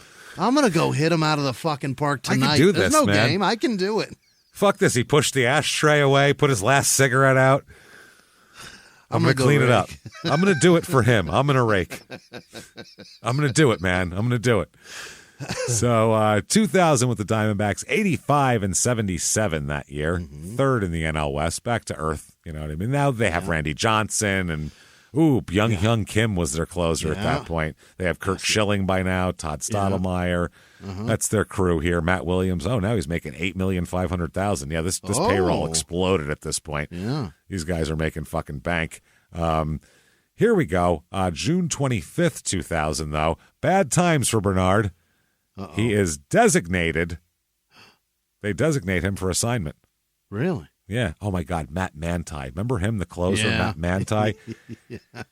He's such a douchebag, okay?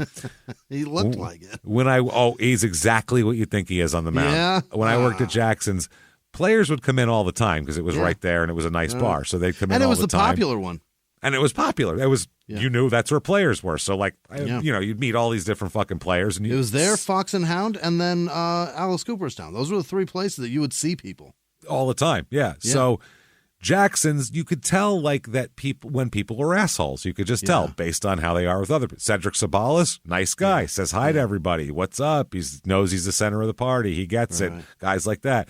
Matt Manti sits there with his fucking Major League Baseball hat on with the Major League Baseball symbol on it. Yeah. Literally the Major League, and sits there, cross his arms, looking like he's hot shit. It was fucking closing time. He's still there. Yeah. And we're like, all right, time to go. Gotta go. Don't you know who I am? Yeah. Yeah, mediocre closer for a 3rd place team. Get the fuck out. I don't care. That's what you are. Fuck off. And that's exactly what we said to him. Fuck off. There was like 8 of us. He's not, you know what I mean? It was time to go, motherfucker. You're out now. Do you want to leave, or are you going to be on Channel 12 tomorrow for getting in a brawl with the bouncers? For getting the shit kicked out of you by 8 people who don't make nearly as much as you combined. And would love to kick your fucking snarky ass. Love for right you now. to punch me, and I'll sue you, and then I'll make as much as you. One or the other, but it's this. And at 2 a.m., we want to go home. Yeah, like you know who I am. I don't give a fuck who you are. Be him on the sidewalk, though. Yeah. The fuck out. I've put up with those same words coming out of a fucking car salesman's mouth tonight. Ugh. So get the fuck out. Get the fuck out. Meanwhile, Mark the guy that McGuire owns was London. there. When he was at the peak of his fame in '99, after he broke the record and all that. Right. Couldn't be a nicer guy to everybody. Sammy Sosa, even with his fur coat and all that, couldn't be a nicer guy to everybody. These are famous people. This guy's sitting there. Don't you know who I am? No. Yeah, the guy that fuck owns off. London Gold was just thrown out too. So you get the fuck out of here. You're out, asshole. So yeah, he gets designated for assignment, which means he can either go down or he can refuse the assignment, and then they have to figure out what to do with him, which is what most people do, because if you refuse the assignment, then they either have to trade you or they can cut you and just pay you all your money for the remainder. You're fucked. So this year he was hitting 110 with 2 home runs. Yikes. And had 1 hit in his last 29 at bats. This might have been when I encountered him, was 2000, because I worked there both years. This is certainly when. So I think this is when it was going on. Yeah. This was probably while the days they had games, for Christ's sake, if he was playing like this. So Arizona now has 10 days to trade or release him. So that's what they have to do. Wow, he was released when they activated Eurubiel Durazo. Remember him? Yeah, the catcher, right? First baseman. Was he a catcher? No, first baseman who was better than Travis Lee, and then they ended up sending him to the Mexican League because he couldn't hit anymore. Yeah. So, there you go. And because he was hitting 287, that guy. Released by the Diamondbacks. They just release him. But a week later, July 4th, a 4th of July miracle here, he signed as a free agent with the Boston Red Sox. Is that right? Damn it, I wish Rod was still alive for so many fucking reasons. And one of them is I could talk about his time on the Red Sox because Rod was on the fucking team with them now. Was he drinking, Rod? No shit. Yeah, this is... I'm sure he was, yeah. Did you make him a daiquiri, Rod? Rod, did you make him one of your daiquiris? Because those things were fucking dangerous. They were full of alcohol, but tasted like fruit. And you drink one and be like, I can't walk. What did you put in that? You tell me, real good. You got to use a real banana. Soaks up the alcohol. Okay. I'll buy that, Rod. Love it. Love it. Yeah, Rod, that year. Let's see who's on this team here. Carl Everett's on this team. Nomar Garcia-Parra. Pedro Martinez, of course. Ramon Martinez. Is a good team. Second in the AL East to the Yankees that year. Not bad. Who's making the money on this team? Carl Everett, $5 million. $11 million for Pedro. 11.5 for Pedro. Not too shabby. Jose Offerman making fucking $5.5 million. That's unexpected. Hey, Rod made $3.5 that year. Good for him. Yeah. $2 million for Real Cormier. Yikes. Yes, exactly. So some guys not exactly a good value there. Jean Valentin, $6,300,000, and the recently just passed away Tim Wakefield, who's is that right? Seemed like such a great fucking guy, Tim Wakefield. That's sad that he died. $4,500,000, and even sadder that Curt Schilling proved his contitude again with that whole thing. He made $4 million. Tim Wakefield, yeah, $4.5 million. Wow. Did you hear what Schilling did when he died? No. That piece of shit, loudmouth, blowhard, fucking piece of utter trash garbage. Yeah. It said that fucking this is 3 days before Wakefield died. Yeah. Schilling went on his podcast and revealed that Wakefield had brain cancer, which is something that the family was trying to keep private. What the fuck? But Schilling, because he's in the league, knew that and said, I'll get some extra listens to my shit fucking podcast. Yeah, Anybody who listens to about. Curt Schilling fucking yap and blowhard? Who listens to that? His fucking wife? Honestly. His family, yeah. His family and awful people. The only good thing about Curt Schilling was the way he pitched. Nothing else about him. It was like everybody that ever met him said, oh, what a great guy if he would just not open his fucking mouth. Shut the fuck up. Shut the fuck up and pitch. He can't pitch at all on the podcast. It's all his mouth. And no, fuck you, Curt Schilling. Yeah. So he divulged that Tim was battling brain cancer 3 days before his died. death? So then it was all a big public thing that he has brain cancer when the family tried to keep it private. And for whatever reason, doesn't matter. It's their business. They don't have to fucking tell him anything. So Ridiculous. So anyway, Bernard hit .231 for the Red Sox that year, but he did make $5,250,000. Fantastic. So not bad. October 10th, 2000, season just over, another DUI arrest. In Boston? In Boston. Yeah, I don't know see if it's in Boston or... But while he's playing for Boston? Yeah, it's after the season, so he's probably back wherever he's living now. Or maybe not. November, In that town. or he might live in Boston now. Yeah. November 1st, 2000, he's granted free agency. So they release him. November 8th, 2000, another DUI arrest. What? Yes, less than a month after the last one, he gets another one. What the fuck? He fucking falls apart, man. He doesn't care anymore. No, he's just whatever. So, they end up, what is this? Oh, yeah, 2001, there's a buyout with the Diamondbacks. That's how they did that whole thing. So, January 5th, 2001, he's at the bottom, right? He's at his bottom rung. He's been released. He's been signed, didn't hit well, released again, multiple DUIs. This is one of those things where sometimes the only thing that can solve it is to break a major crime in sports rule and go home again. Yeah. He's signed by the St. Louis Cardinals as a free agent. He went right back, huh? Yeah, they want to dust him. That happens a lot when a team guy will leave and then they end up wanting to dust him back off again. Sure. And, like hometown boy, too. Maybe we can fix him. Yeah, that's the other thing. So April 2001, though, he gets another DUI arrest. 3 in fucking 5 months? 3 in less than 7 months. Wow. This is not good at all. This is now becoming a problem. Not great here. Patterns are emerging. He's in trouble. One's a fuck up. Yeah. 2, 3-4 years apart is, I guess it could happen. This is now, dude, you drive drunk all the time. Stop 3 doing in this. a few months, man. That's Jesus fucking Christ. terrifying. So April 3rd, 2001, he is released by the St. Louis Cardinals. Really? Yeah, these They DUIs gave are up on him. driving him out of the league. I mean, he didn't even play for him. He fucking April 3rd. It's before opening day. That also How about might have that, been too? The DUIs are why they shipped him out of town. Yeah. And then he got another one right when they hired him back. And you can't do that. No, I don't Not think in that's... St. Louis where beer is made. No, yeah, that's a lot of balls, too. You mean he got a DUI leaving Busch Stadium? Shocking.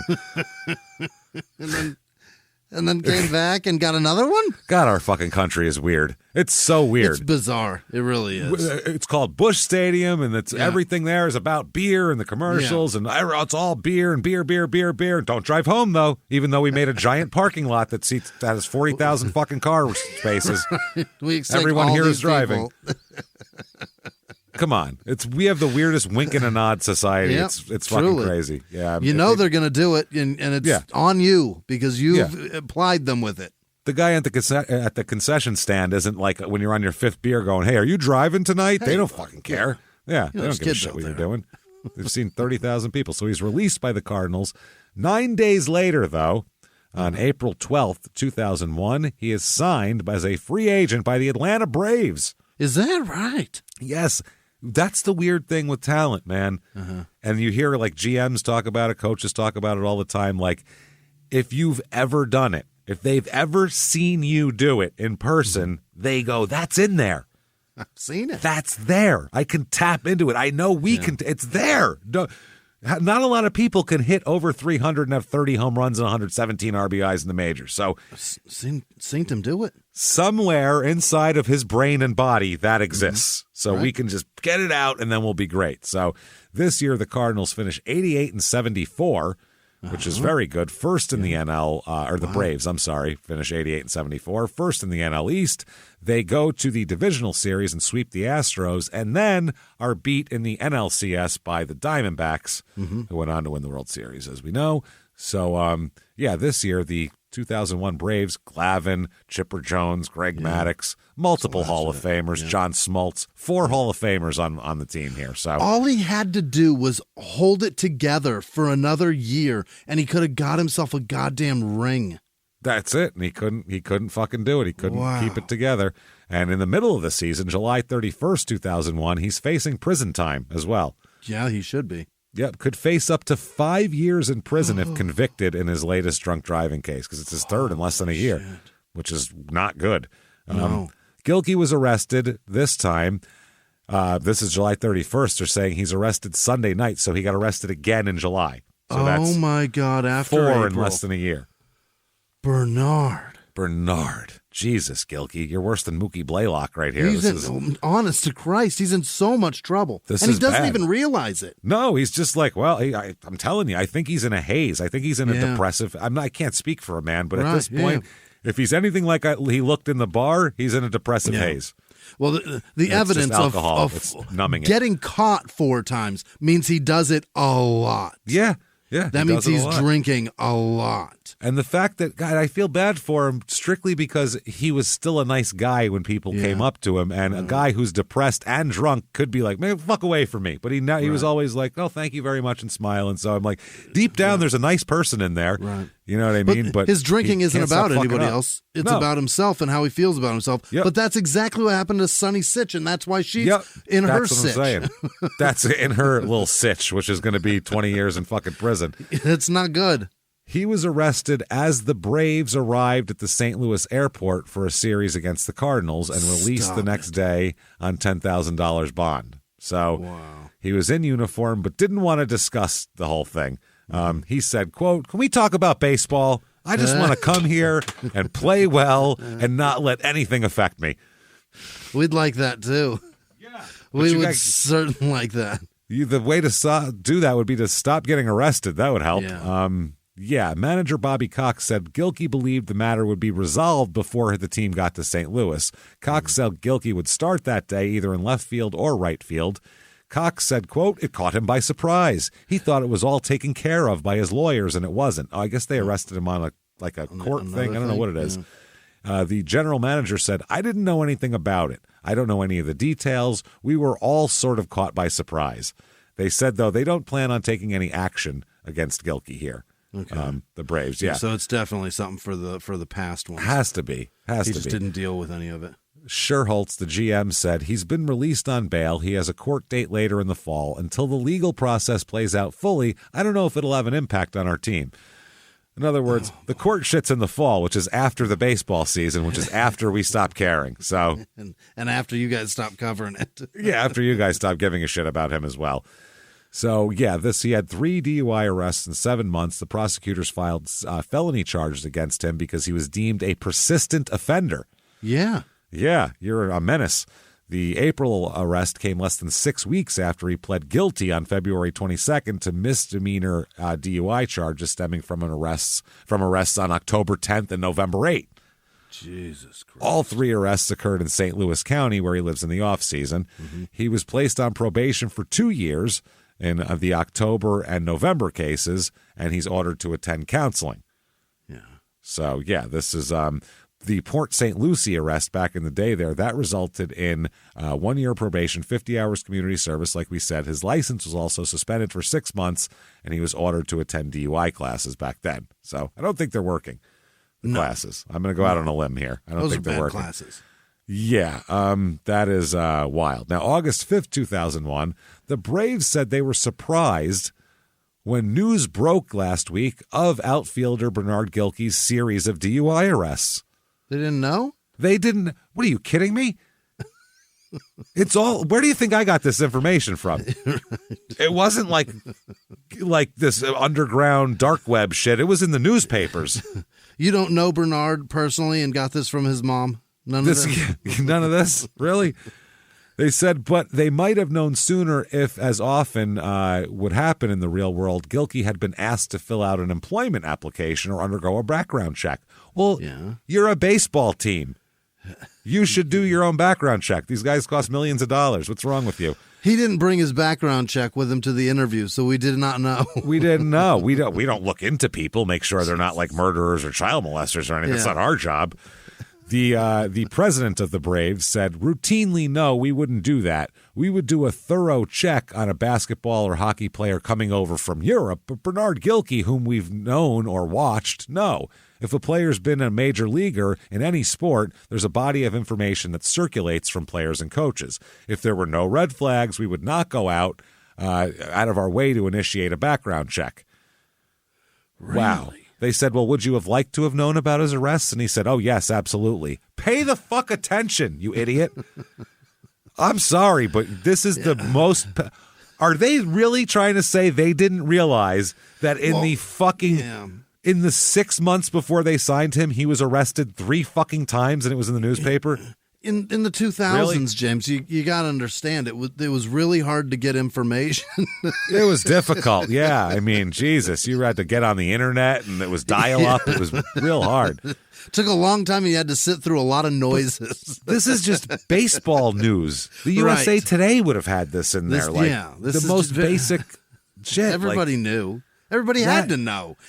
In baseball, if you play baseball, if baseball is anything like any fucking profession on the planet, if you do something, you know when other people that do that are pieces of shit and fuck up. Yes, absolutely. You know everybody's shortcomings that do the same thing you do. It's an insular industry. People know their shit. And this guy, you're telling me the president, the GM, the manager, nobody in a higher position on this team that's a $1 billion thing and all these millions of dollars and all this type of shit. Nobody read the newspaper in the last 6 months. Not one of them.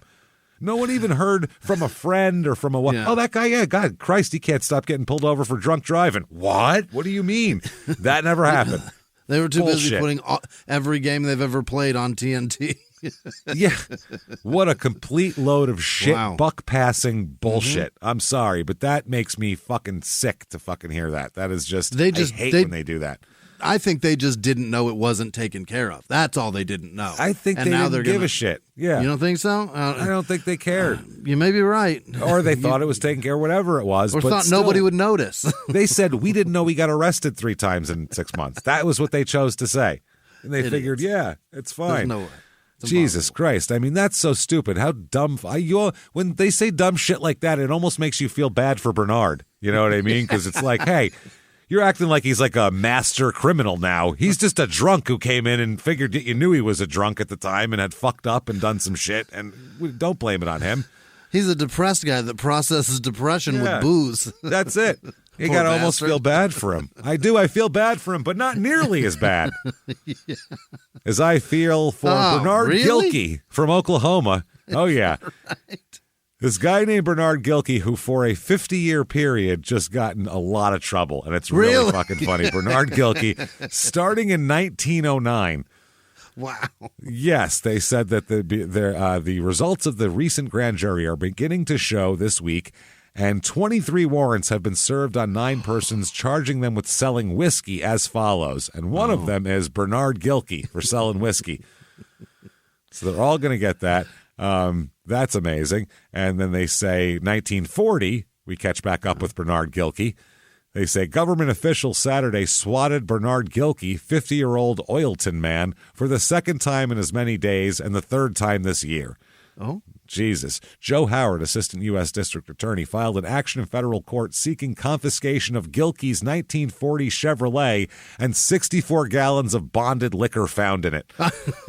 Of course he's got problems with booze. Yeah, that's what I mean. He can't help it. It's Bernard Gilkey, man. This is wild. It's in the name, man. Can't help it. Gilkey was charged with importing liquor into a dry state when federal officers halted his car 3 miles west of Veneta on U.S. Highway 66 on January 29th. Friday, Gilkey was charged along with 7 other men with the theft of more than 100 cases of federally seized liquor from a government warehouse. He stole it back. Awesome. Genius. Awesome. Some of the liquor taken from the warehouse was believed to have been part of the contraband taken from Gilkey in the first place. Fuck yeah, Gilkey stole his own shit back. That's fucking amazing. By the way, if you happen to have a cold and you live in 1940, that says to relieve the misery of colds, you take a product called 666. Does it have a skull and crossbones on it too? You ask Satan to relieve your cold symptoms. Liquid tablets, salves, nose, and drops. It's all devil. That's perfect. You can't pray it away. Just celebrate with the devil. Celebrate with the devil. So 1940, Bernard Gilkey gets arrested again. And then later on in 1940, nightclub men and liquor deals sentenced to church. What? Yes, Herman Terrell, Oilton nightclub proprietor, and Bernard Gilkey, 37, Drumright nightclub proprietor, are going to contribute some mighty powerful and earnest amens to the Lord's work in Creek County for the next 5 years. Federal judge sentenced them to the Amen Row Thursday morning, quote unquote. Oh, no. He placed them on 5 years probation when they pleaded guilty to buying 113 cases of whiskey stolen from a government warehouse. And the chief assignment of their probationary period, Judge Murrah declared, is to go to church every Sunday and sit on the front row and pray. Oh, my God. That's a sentence. Sentence to prayer. The court told them to get a minister to guard over their conduct and report their conduct to the federal probation office. What the fuck? Wow. They also say you must not deal in whiskey and you must not drink whiskey. You must be moral, upright citizens. If you're not, I'll revoke your probation and send you straight to jail. Now you get to church and drink that wine. You get, well, no, Catholics. This is in the Midwest, I think. Yeah, so, you know Tulsa, they're like Catholics were like, Catholic, what the fuck? Them drunks. Terrell and Gilkey were released under bonds they posted before their court appearance as they promised to be back in the federal building Friday with a minister to go their bail. They have to go get a minister and come back. Wow. That's crazy. The court's religious training order for Terrell and Gilkey wound up the government's case resulting from the warehouse whiskey raid. Holy shit. That is, I don't even know what to say about that. Sentenced to church. Oh, yeah. So I can't believe they stole the liquor back. That's pretty fucking awesome. In the 1980s, a rosé swept the country. Hey, Mike, I really like this White Zinfandel. Well, good. Now put it down. We're going to try another one. White Zin became America's top-selling wine. But most don't know that this sweet drink has a sour history.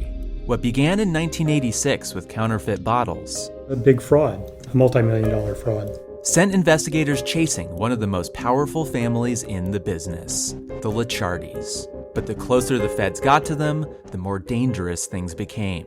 It's a story of deceit. At the time, I was paranoid. Threats. You touch my kids, I will kill you. And murder. With a .22 caliber bullet to the head. What started with a scheme to mislabel wine spilled into a blood-soaked battle for succession. Welcome to Bloodvines. You can binge listen to Bloodvines exclusively and ad-free on Wondery Plus. Join Wondery Plus in the Wondery app, Apple Podcasts, or Spotify. That is pretty awesome stuff. And then 1940, recovered whiskey destroyed by U.S. The last smudge of sin was wiped Tuesday from the federal court records of Bernard L. Gilkey and Herman Terrell, Oilton nightclub operators, recently implicated in the theft of whiskey. George Delozer, assistant federal probation officer, announced that he had destroyed 56 cases of whiskey, which Gilkey and Terrell surrendered in righteousness after their federal court trial. Surrendered in righteousness. Also reported the two men are attending services regularly at the Oilton Methodist Church. No. The two men gave up the whiskey, which federal officers didn't even know they had, after federal judge Alfred P. Murrah placed them on 5 years probation on the liquor conspiracy theft case. So I can't. The federal judge is the guy that the building was named after. Oh, it is. That's right. Yeah. Well, there you go. Hey. He's sentencing people to church.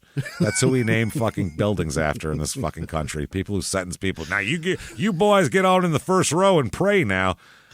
Jesus fucking Christ. I hope he would have changed his mind after he found out what happened to his building. No shit. Yeah, really. The Oilton church attendance is in accord with Judge Murrah's probation ruling that Gilkey and Terrell must be present in church every Sunday morning at some church service and sing with the congregation. Sing. You must sing and enjoy it from the lungs. Let's go. Make a joyful noise. Deep down, baby. I want it. You must speak in tongues and feel the Spirit of the Lord. So by 1947, we see that Lillian Gilkey is obtaining a divorce from Bernard Gilkey. She's had enough. She has had enough of this bullshit and done. And then in 1955, Muskogee Times Democrat, 2 arrested in raid, back on same charge. Bernard L. Gilkey. Oh, it didn't work. just freed from county jail Saturday morning, was among 10 men arrested Saturday night on charges of gambling. Back at it. Oh, my God. Gilkey is a monster. He's Gilkey, a scumbag. Gilkey and Windricks, accused of operating the gambling games at Sun's Place, 137 South Main, were arrested with 5 others Friday night in the same place on the same charge. He got arrested 2 days in a row at the same place. What a fucking Running idiot. a casino. For the same fucking casino. Under Sheriff Bill Vinzant led the raids Friday night, and Sheriff Neville Kerr surprised the group 24 hours later.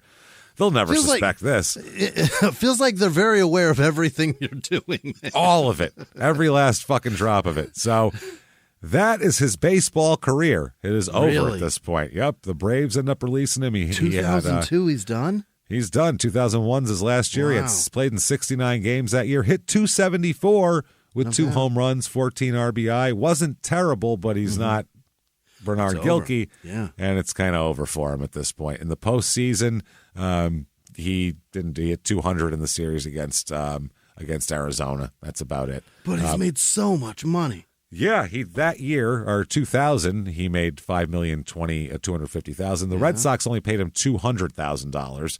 Okay. His total career earnings, though, $26,207,500. Oh God, that's amazing. For really doing nothing. Nothing. In his entire life, really doing. He had 1 good season. Wow. That's why I said, like, everything fell into place for him until Grace, because it was like 1 good season, right when his contract's up, right when the Mets were looking to spend money. And wow.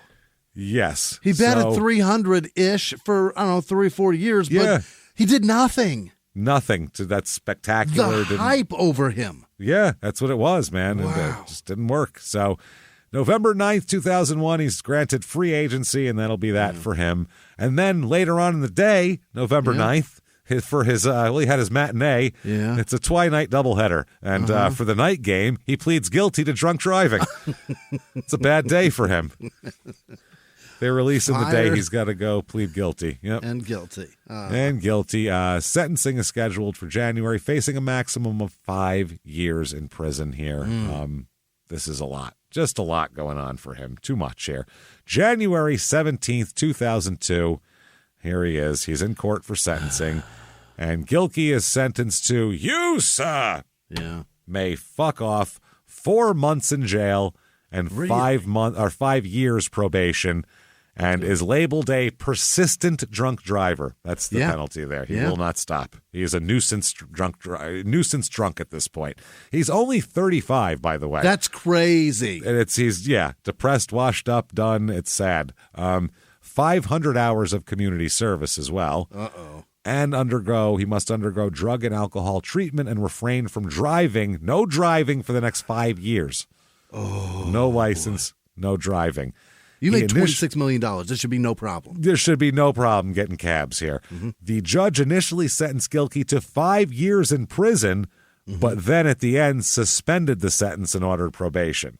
That's nice. So he scared the shit out of him and then did that. They said he ordered him to spend 4 months in the county jail on a related charge of driving with a revoked license, because he got busted for that after the DUIs, as well as a concurrent 15-day term for a speeding ticket. So he's driving with all those DUIs and no license and still speeding. That's really maddening. I got to tell you, man, that's a fucking lot. That's too much. He's been arrested, at least 4 times that we know of here. He's a free agent. He politely acknowledged the judge's questions in court, but otherwise did not speak at length. And the judge said he hoped the athlete would use his community service to preach against alcohol to the youths of America. Hell yeah. Okay. So, April 14th, 2002, outfielder Bernard Gilkey here is signed as a minor leaguer. What? To a minor league contract by the Chicago Cubs. Really? Supposed to report to extended spring training in Mesa and join its AAA farm club later in the month. That's what they said. He's out of jail. He's ready to do this. Doesn't make the team, doesn't do shit.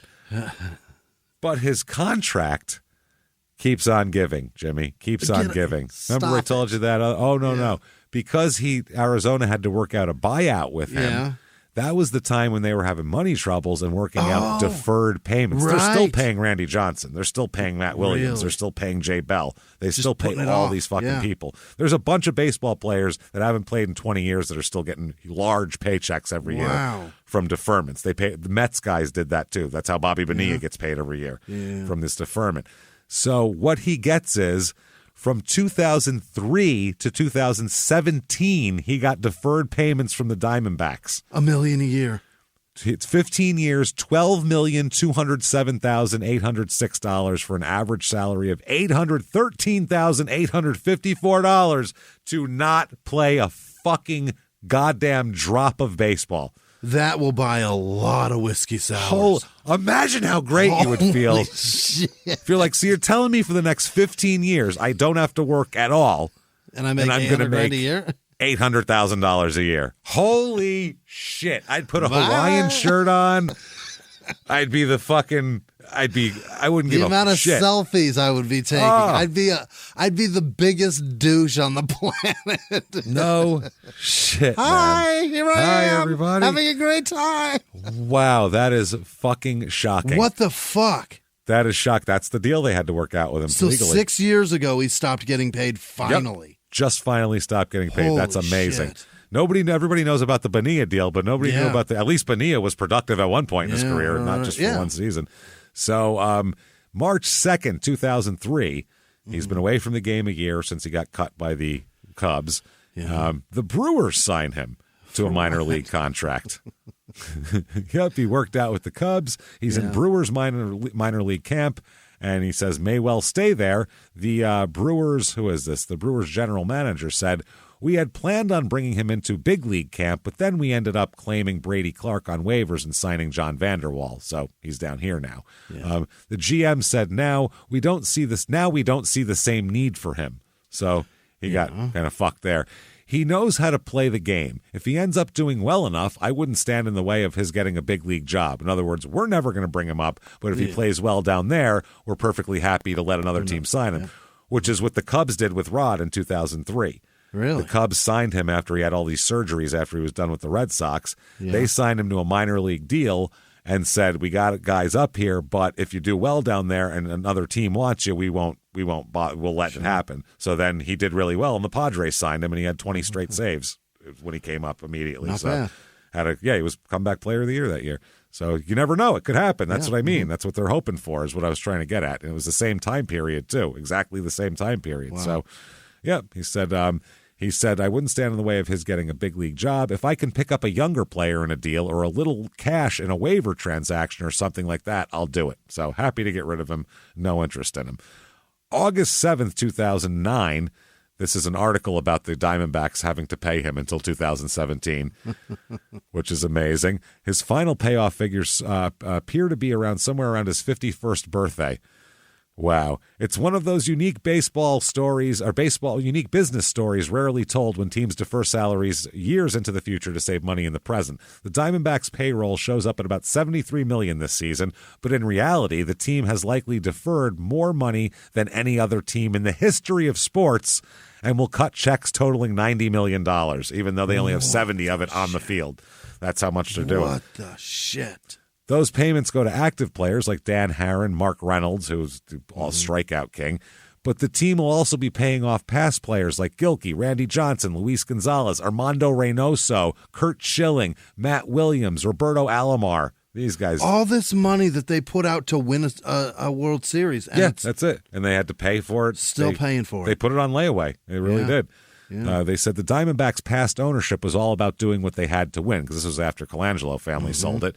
It worked. In 2001, they agreed to pay its roster of players $85 million and beat the Yankees in the World Series that year. But doing that, they also had to. But doing what they had to do to win also meant deferring $244 million they owed to players. That's what they deferred. What the shit, man. Yep. When Kendrick took over the team in 2004, the Diamondbacks started paying back. The payment schedule was sped up when baseball changed the debt rules a couple years ago.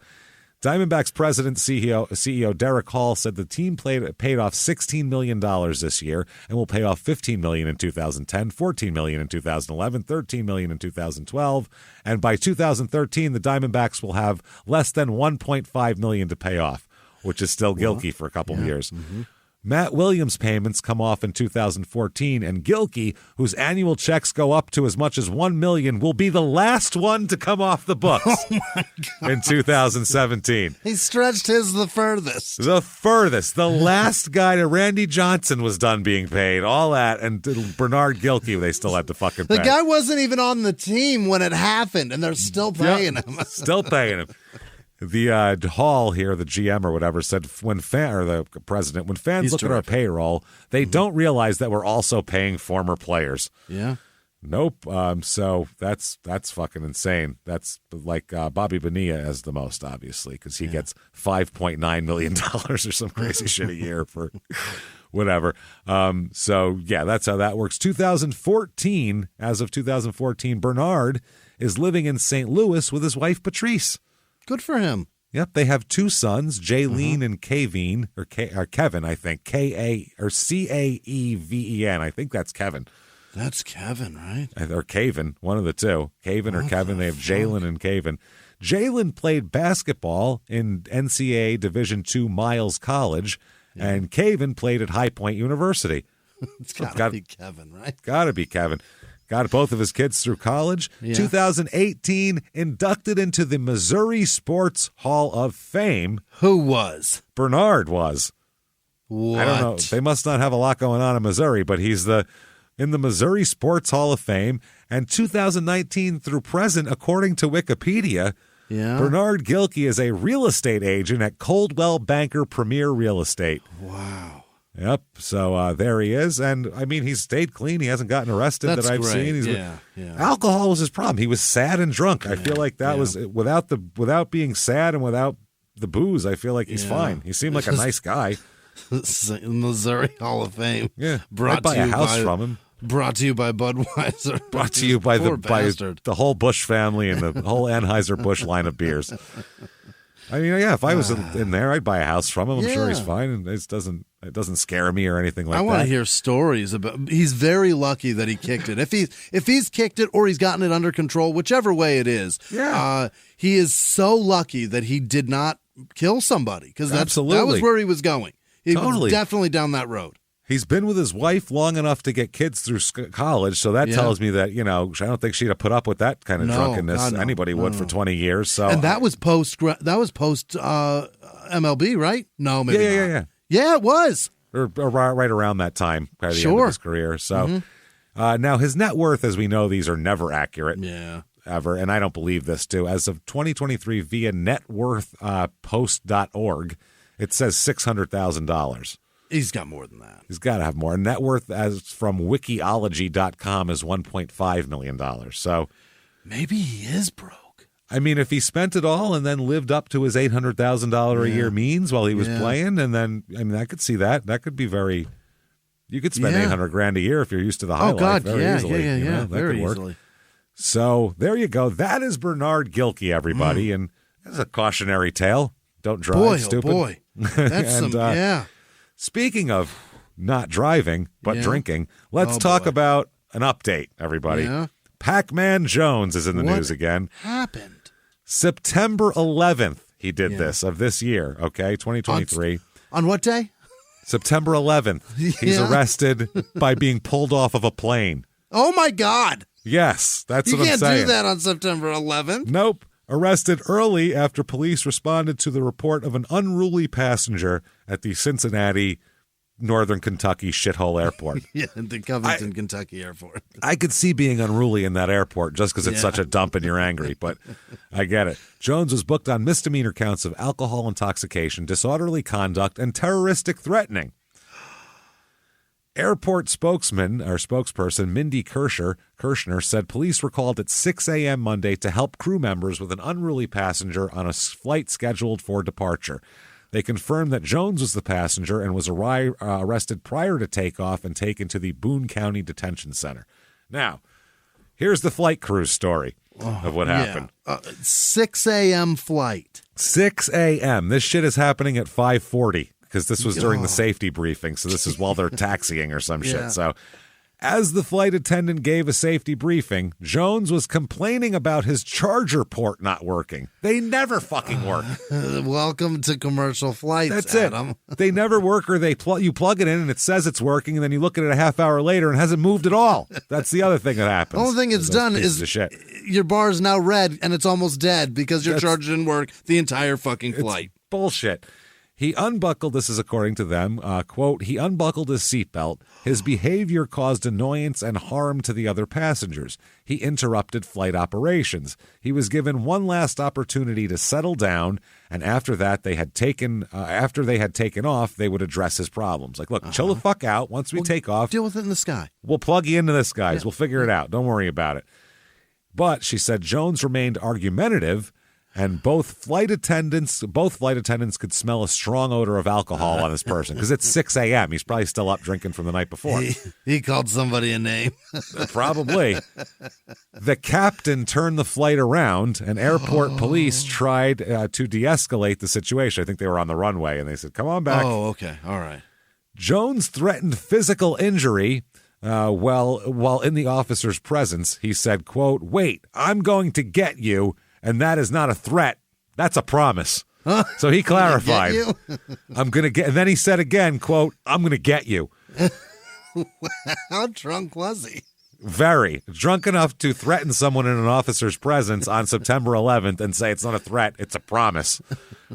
Police took him into custody at that point is when they took him into custody and handcuffed him.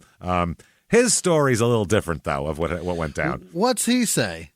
Well, after he's released from jail, he said he simply asked to be moved to another seat because the phone charger for the 2 seats he had purchased, he purchased 2 seats apparently. Oh, he buys 2 in first class, I'll bet. I wonder if he just said, fuck it, I'll be cheap. It's probably cheaper to buy 2 coach tickets than a first class. I'll just buy 2 coaches and spread the fuck out. I wonder if he did that. That's amazing if he did that. Wow, that'd be interesting. So he said he simply asked to be moved to another seat. It wasn't working, and he was told that they would have to turn the plane around. He's like, I just said, can I move to another seat? And they were like, we're turning the plane around right now. Yeah. That's his story. He shares this on Twitter here to refute the claims. He says, this is in a video of him talking, quote, the argument was the plug didn't work. Okay. So I was like, hey, excuse me, sir. I'm sure that's exactly how he said. Can I move me to another fucking seat because I bought both these seats and the plug don't work? Okay. Oh, you want to leave? Is what he said. Oh, you want to leave? We got to go all the way back to the gate. Well, shit, that ain't got nothing to do with me. That's what he said. Then he said, since I wanted to go all the way back to the gate because my plug didn't work, I get arrested. Man, this shit got to be a movie. Yes, the story of your life has to be a movie. That's true. But you're not in one now. That's not what happened either. Because if you've got 2 seats, then you've got 2 chargers. And if the charger's not working, it's probably because they have it turned off right now, and we'll get it charged when we're in the fucking sky. Because they turn them off half sometimes. of them just don't work, too. Yeah, there's that, they too. do turn them off sometimes. When the power's down, usually when you're sitting there, when you start to taxi, it all fires back up again because that's when your power. They're saving the battery, because I asked about that when I was on the runway for fucking 3 hours 2 weeks ago. I said, what the fuck is up with that? And they were like, oh, well, we're sitting here when your brain is boiling in the heat. We turn most of the functioning off, so we still have... We turn off everything except for the motors and generate more heat. That's what we do. Yeah, we want to make it as hot in here as possible.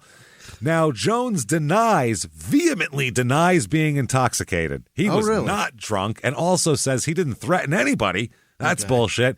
And then he said, this is my favorite thing of all time, quote, I'm hurt. This is embarrassing.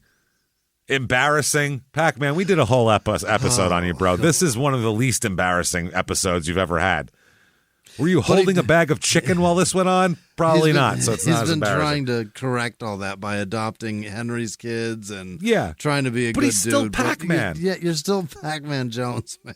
He does good things, and he's a whatever and all that, but he's also a guy who likes to get drunk and cause some ruckus. He's fucking Pac-Man, where it's not going to stop. He's a guy with a mouthful of gold teeth that acts like a man with a mouthful of gold teeth. Yeah. So he remains free after posting 10% of a $5,000 bond. One of his conditions of his release is that he not go back to that airport for now. Oh, don't even go back to Cincinnati. Does he live in Cincinnati, though? Yes. Oh, yes. no. So he faces 1 count of terroristic, threatening, disorderly conduct, and alcohol intoxication in a public place. September 28th just happened. Yeah. He goes to court because he still wants to travel out of that airport. He's like, I don't want to drive to Columbus. This sucks. Yeah, I don't want to drive all the way there. A Northern Kentucky judge denied his request to allow him to resume travel through that airport. His attorney told Boone County District Attorney Court Judge Marsha Thomas during a brief morning hearing that the ban is impacting his work. I'll bet it is. Including with the SPN. The judge was not swayed and said, well, we'll figure it out in a pretrial on October 12th. Fuck out of my courtroom. ESPN doesn't have any ground in here. No, ESPN, we don't care about that here. And that, everyone, is Pacman Jones. And Bernard Gilkey. Bernard Gilkey. We've had 2 guys named Bernard in the last month. What are the odds? Wild. That's unbelievable. Strange shit. There's so many.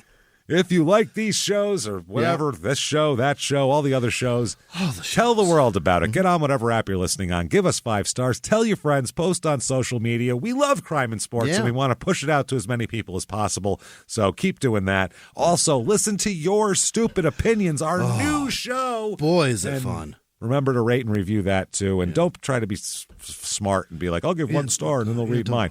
All that does is fuck up our business. Yeah, it ruins us. You don't dick. do that, please. If you like the show, try to help the show. Give us 5 stars. Say something nice. So that helps out a lot. Do all that. Listen to Small Town Murder as well. Head over to shutupandgivememurder.com. Tickets to live shows December 2nd, Dallas, Small Town Murder. Get your tickets for that. Get your tickets for the virtual live show October 26th. It'll be available for a week after. Whole week of Halloween. It'll be a creepy murder story. We're going to wear costumes. It'll be fun shit. Awesome. Halloween spectacular. Shutupandgivememurder.com/virtual live is where you get all of that.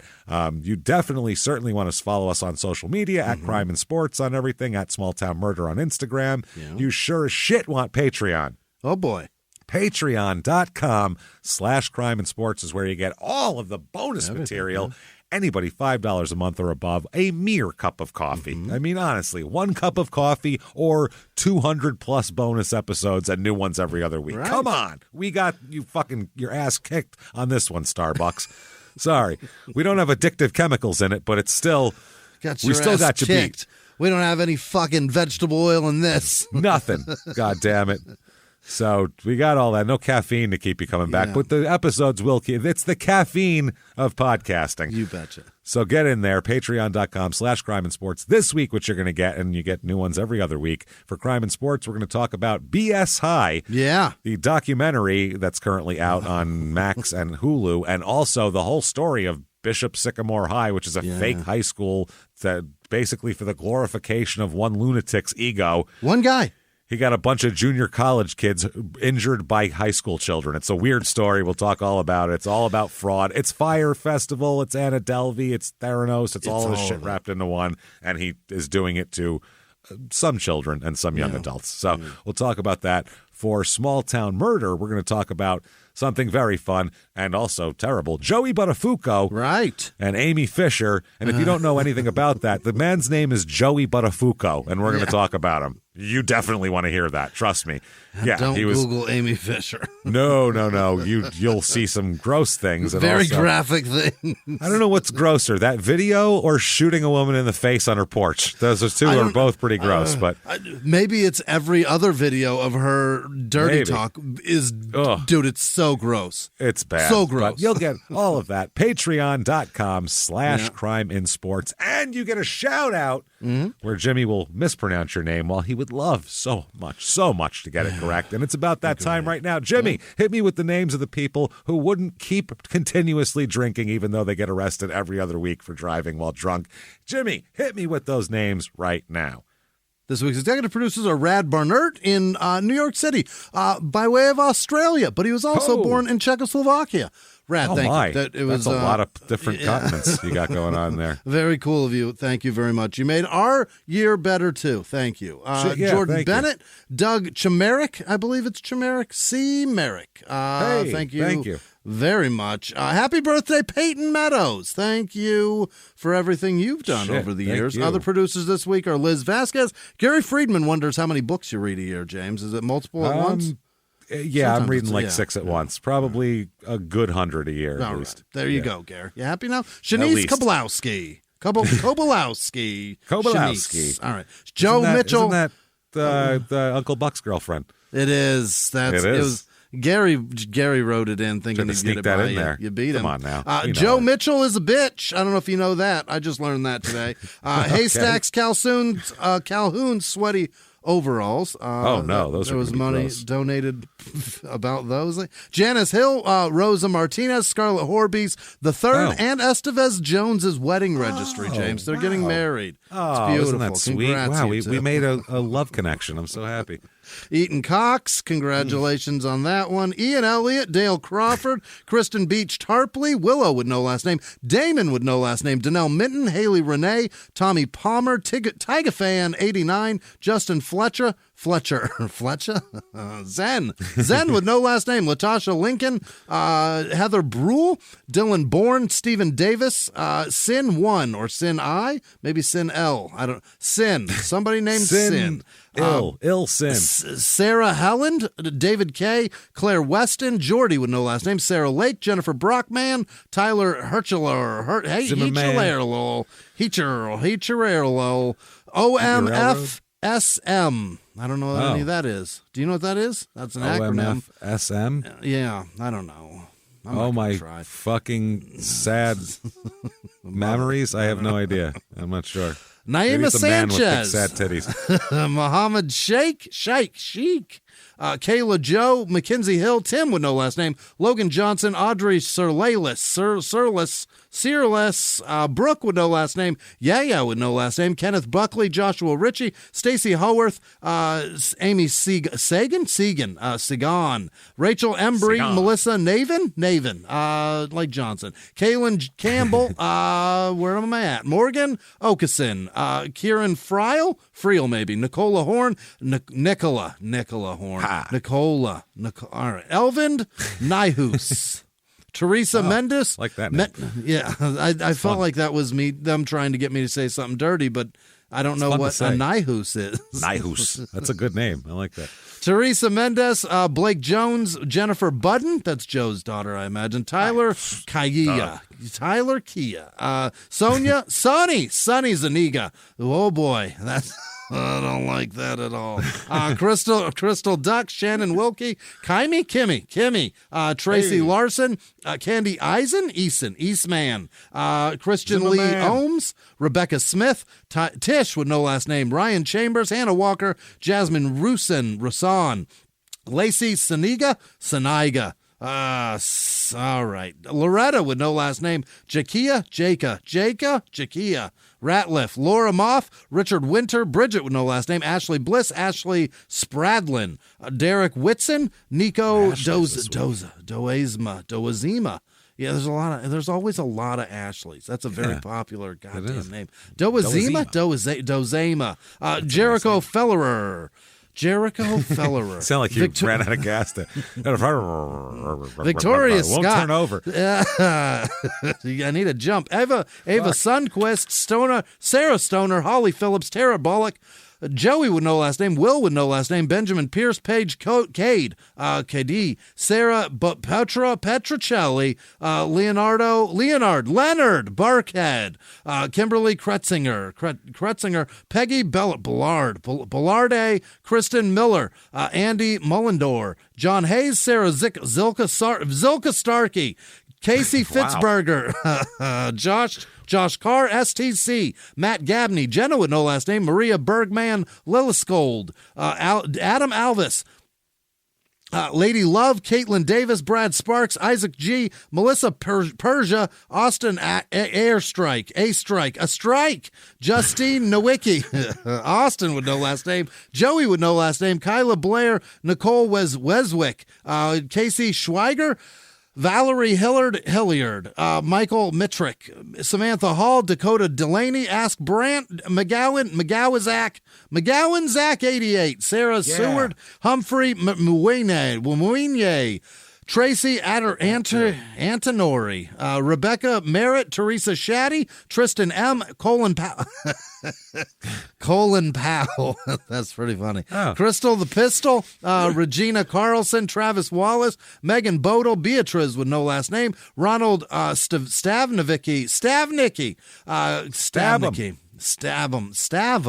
Kathleen Held, Courtney Belika, Donna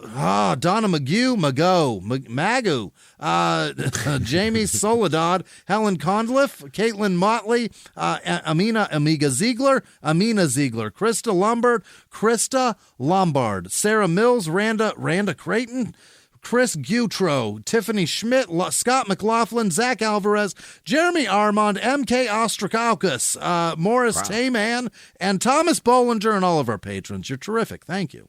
Thank you, everybody, so much. Holy shit, you guys are awesome. Hope you're enjoying the content. We're fucking having a good time making it. And so if you want to follow us anytime, me and Jimmie here on social media, very easy to do that. There's links to everything at shutupandgivememurder.com. That's the place to go, the central nervous system of the show. So check that out. Come see us. Come listen to more shows. Listen to your stupid opinions. Listen to Small Town Murder. Keep hanging out with us, everybody. And live from the Crime and Sports Studios, we will see you next week. Bye.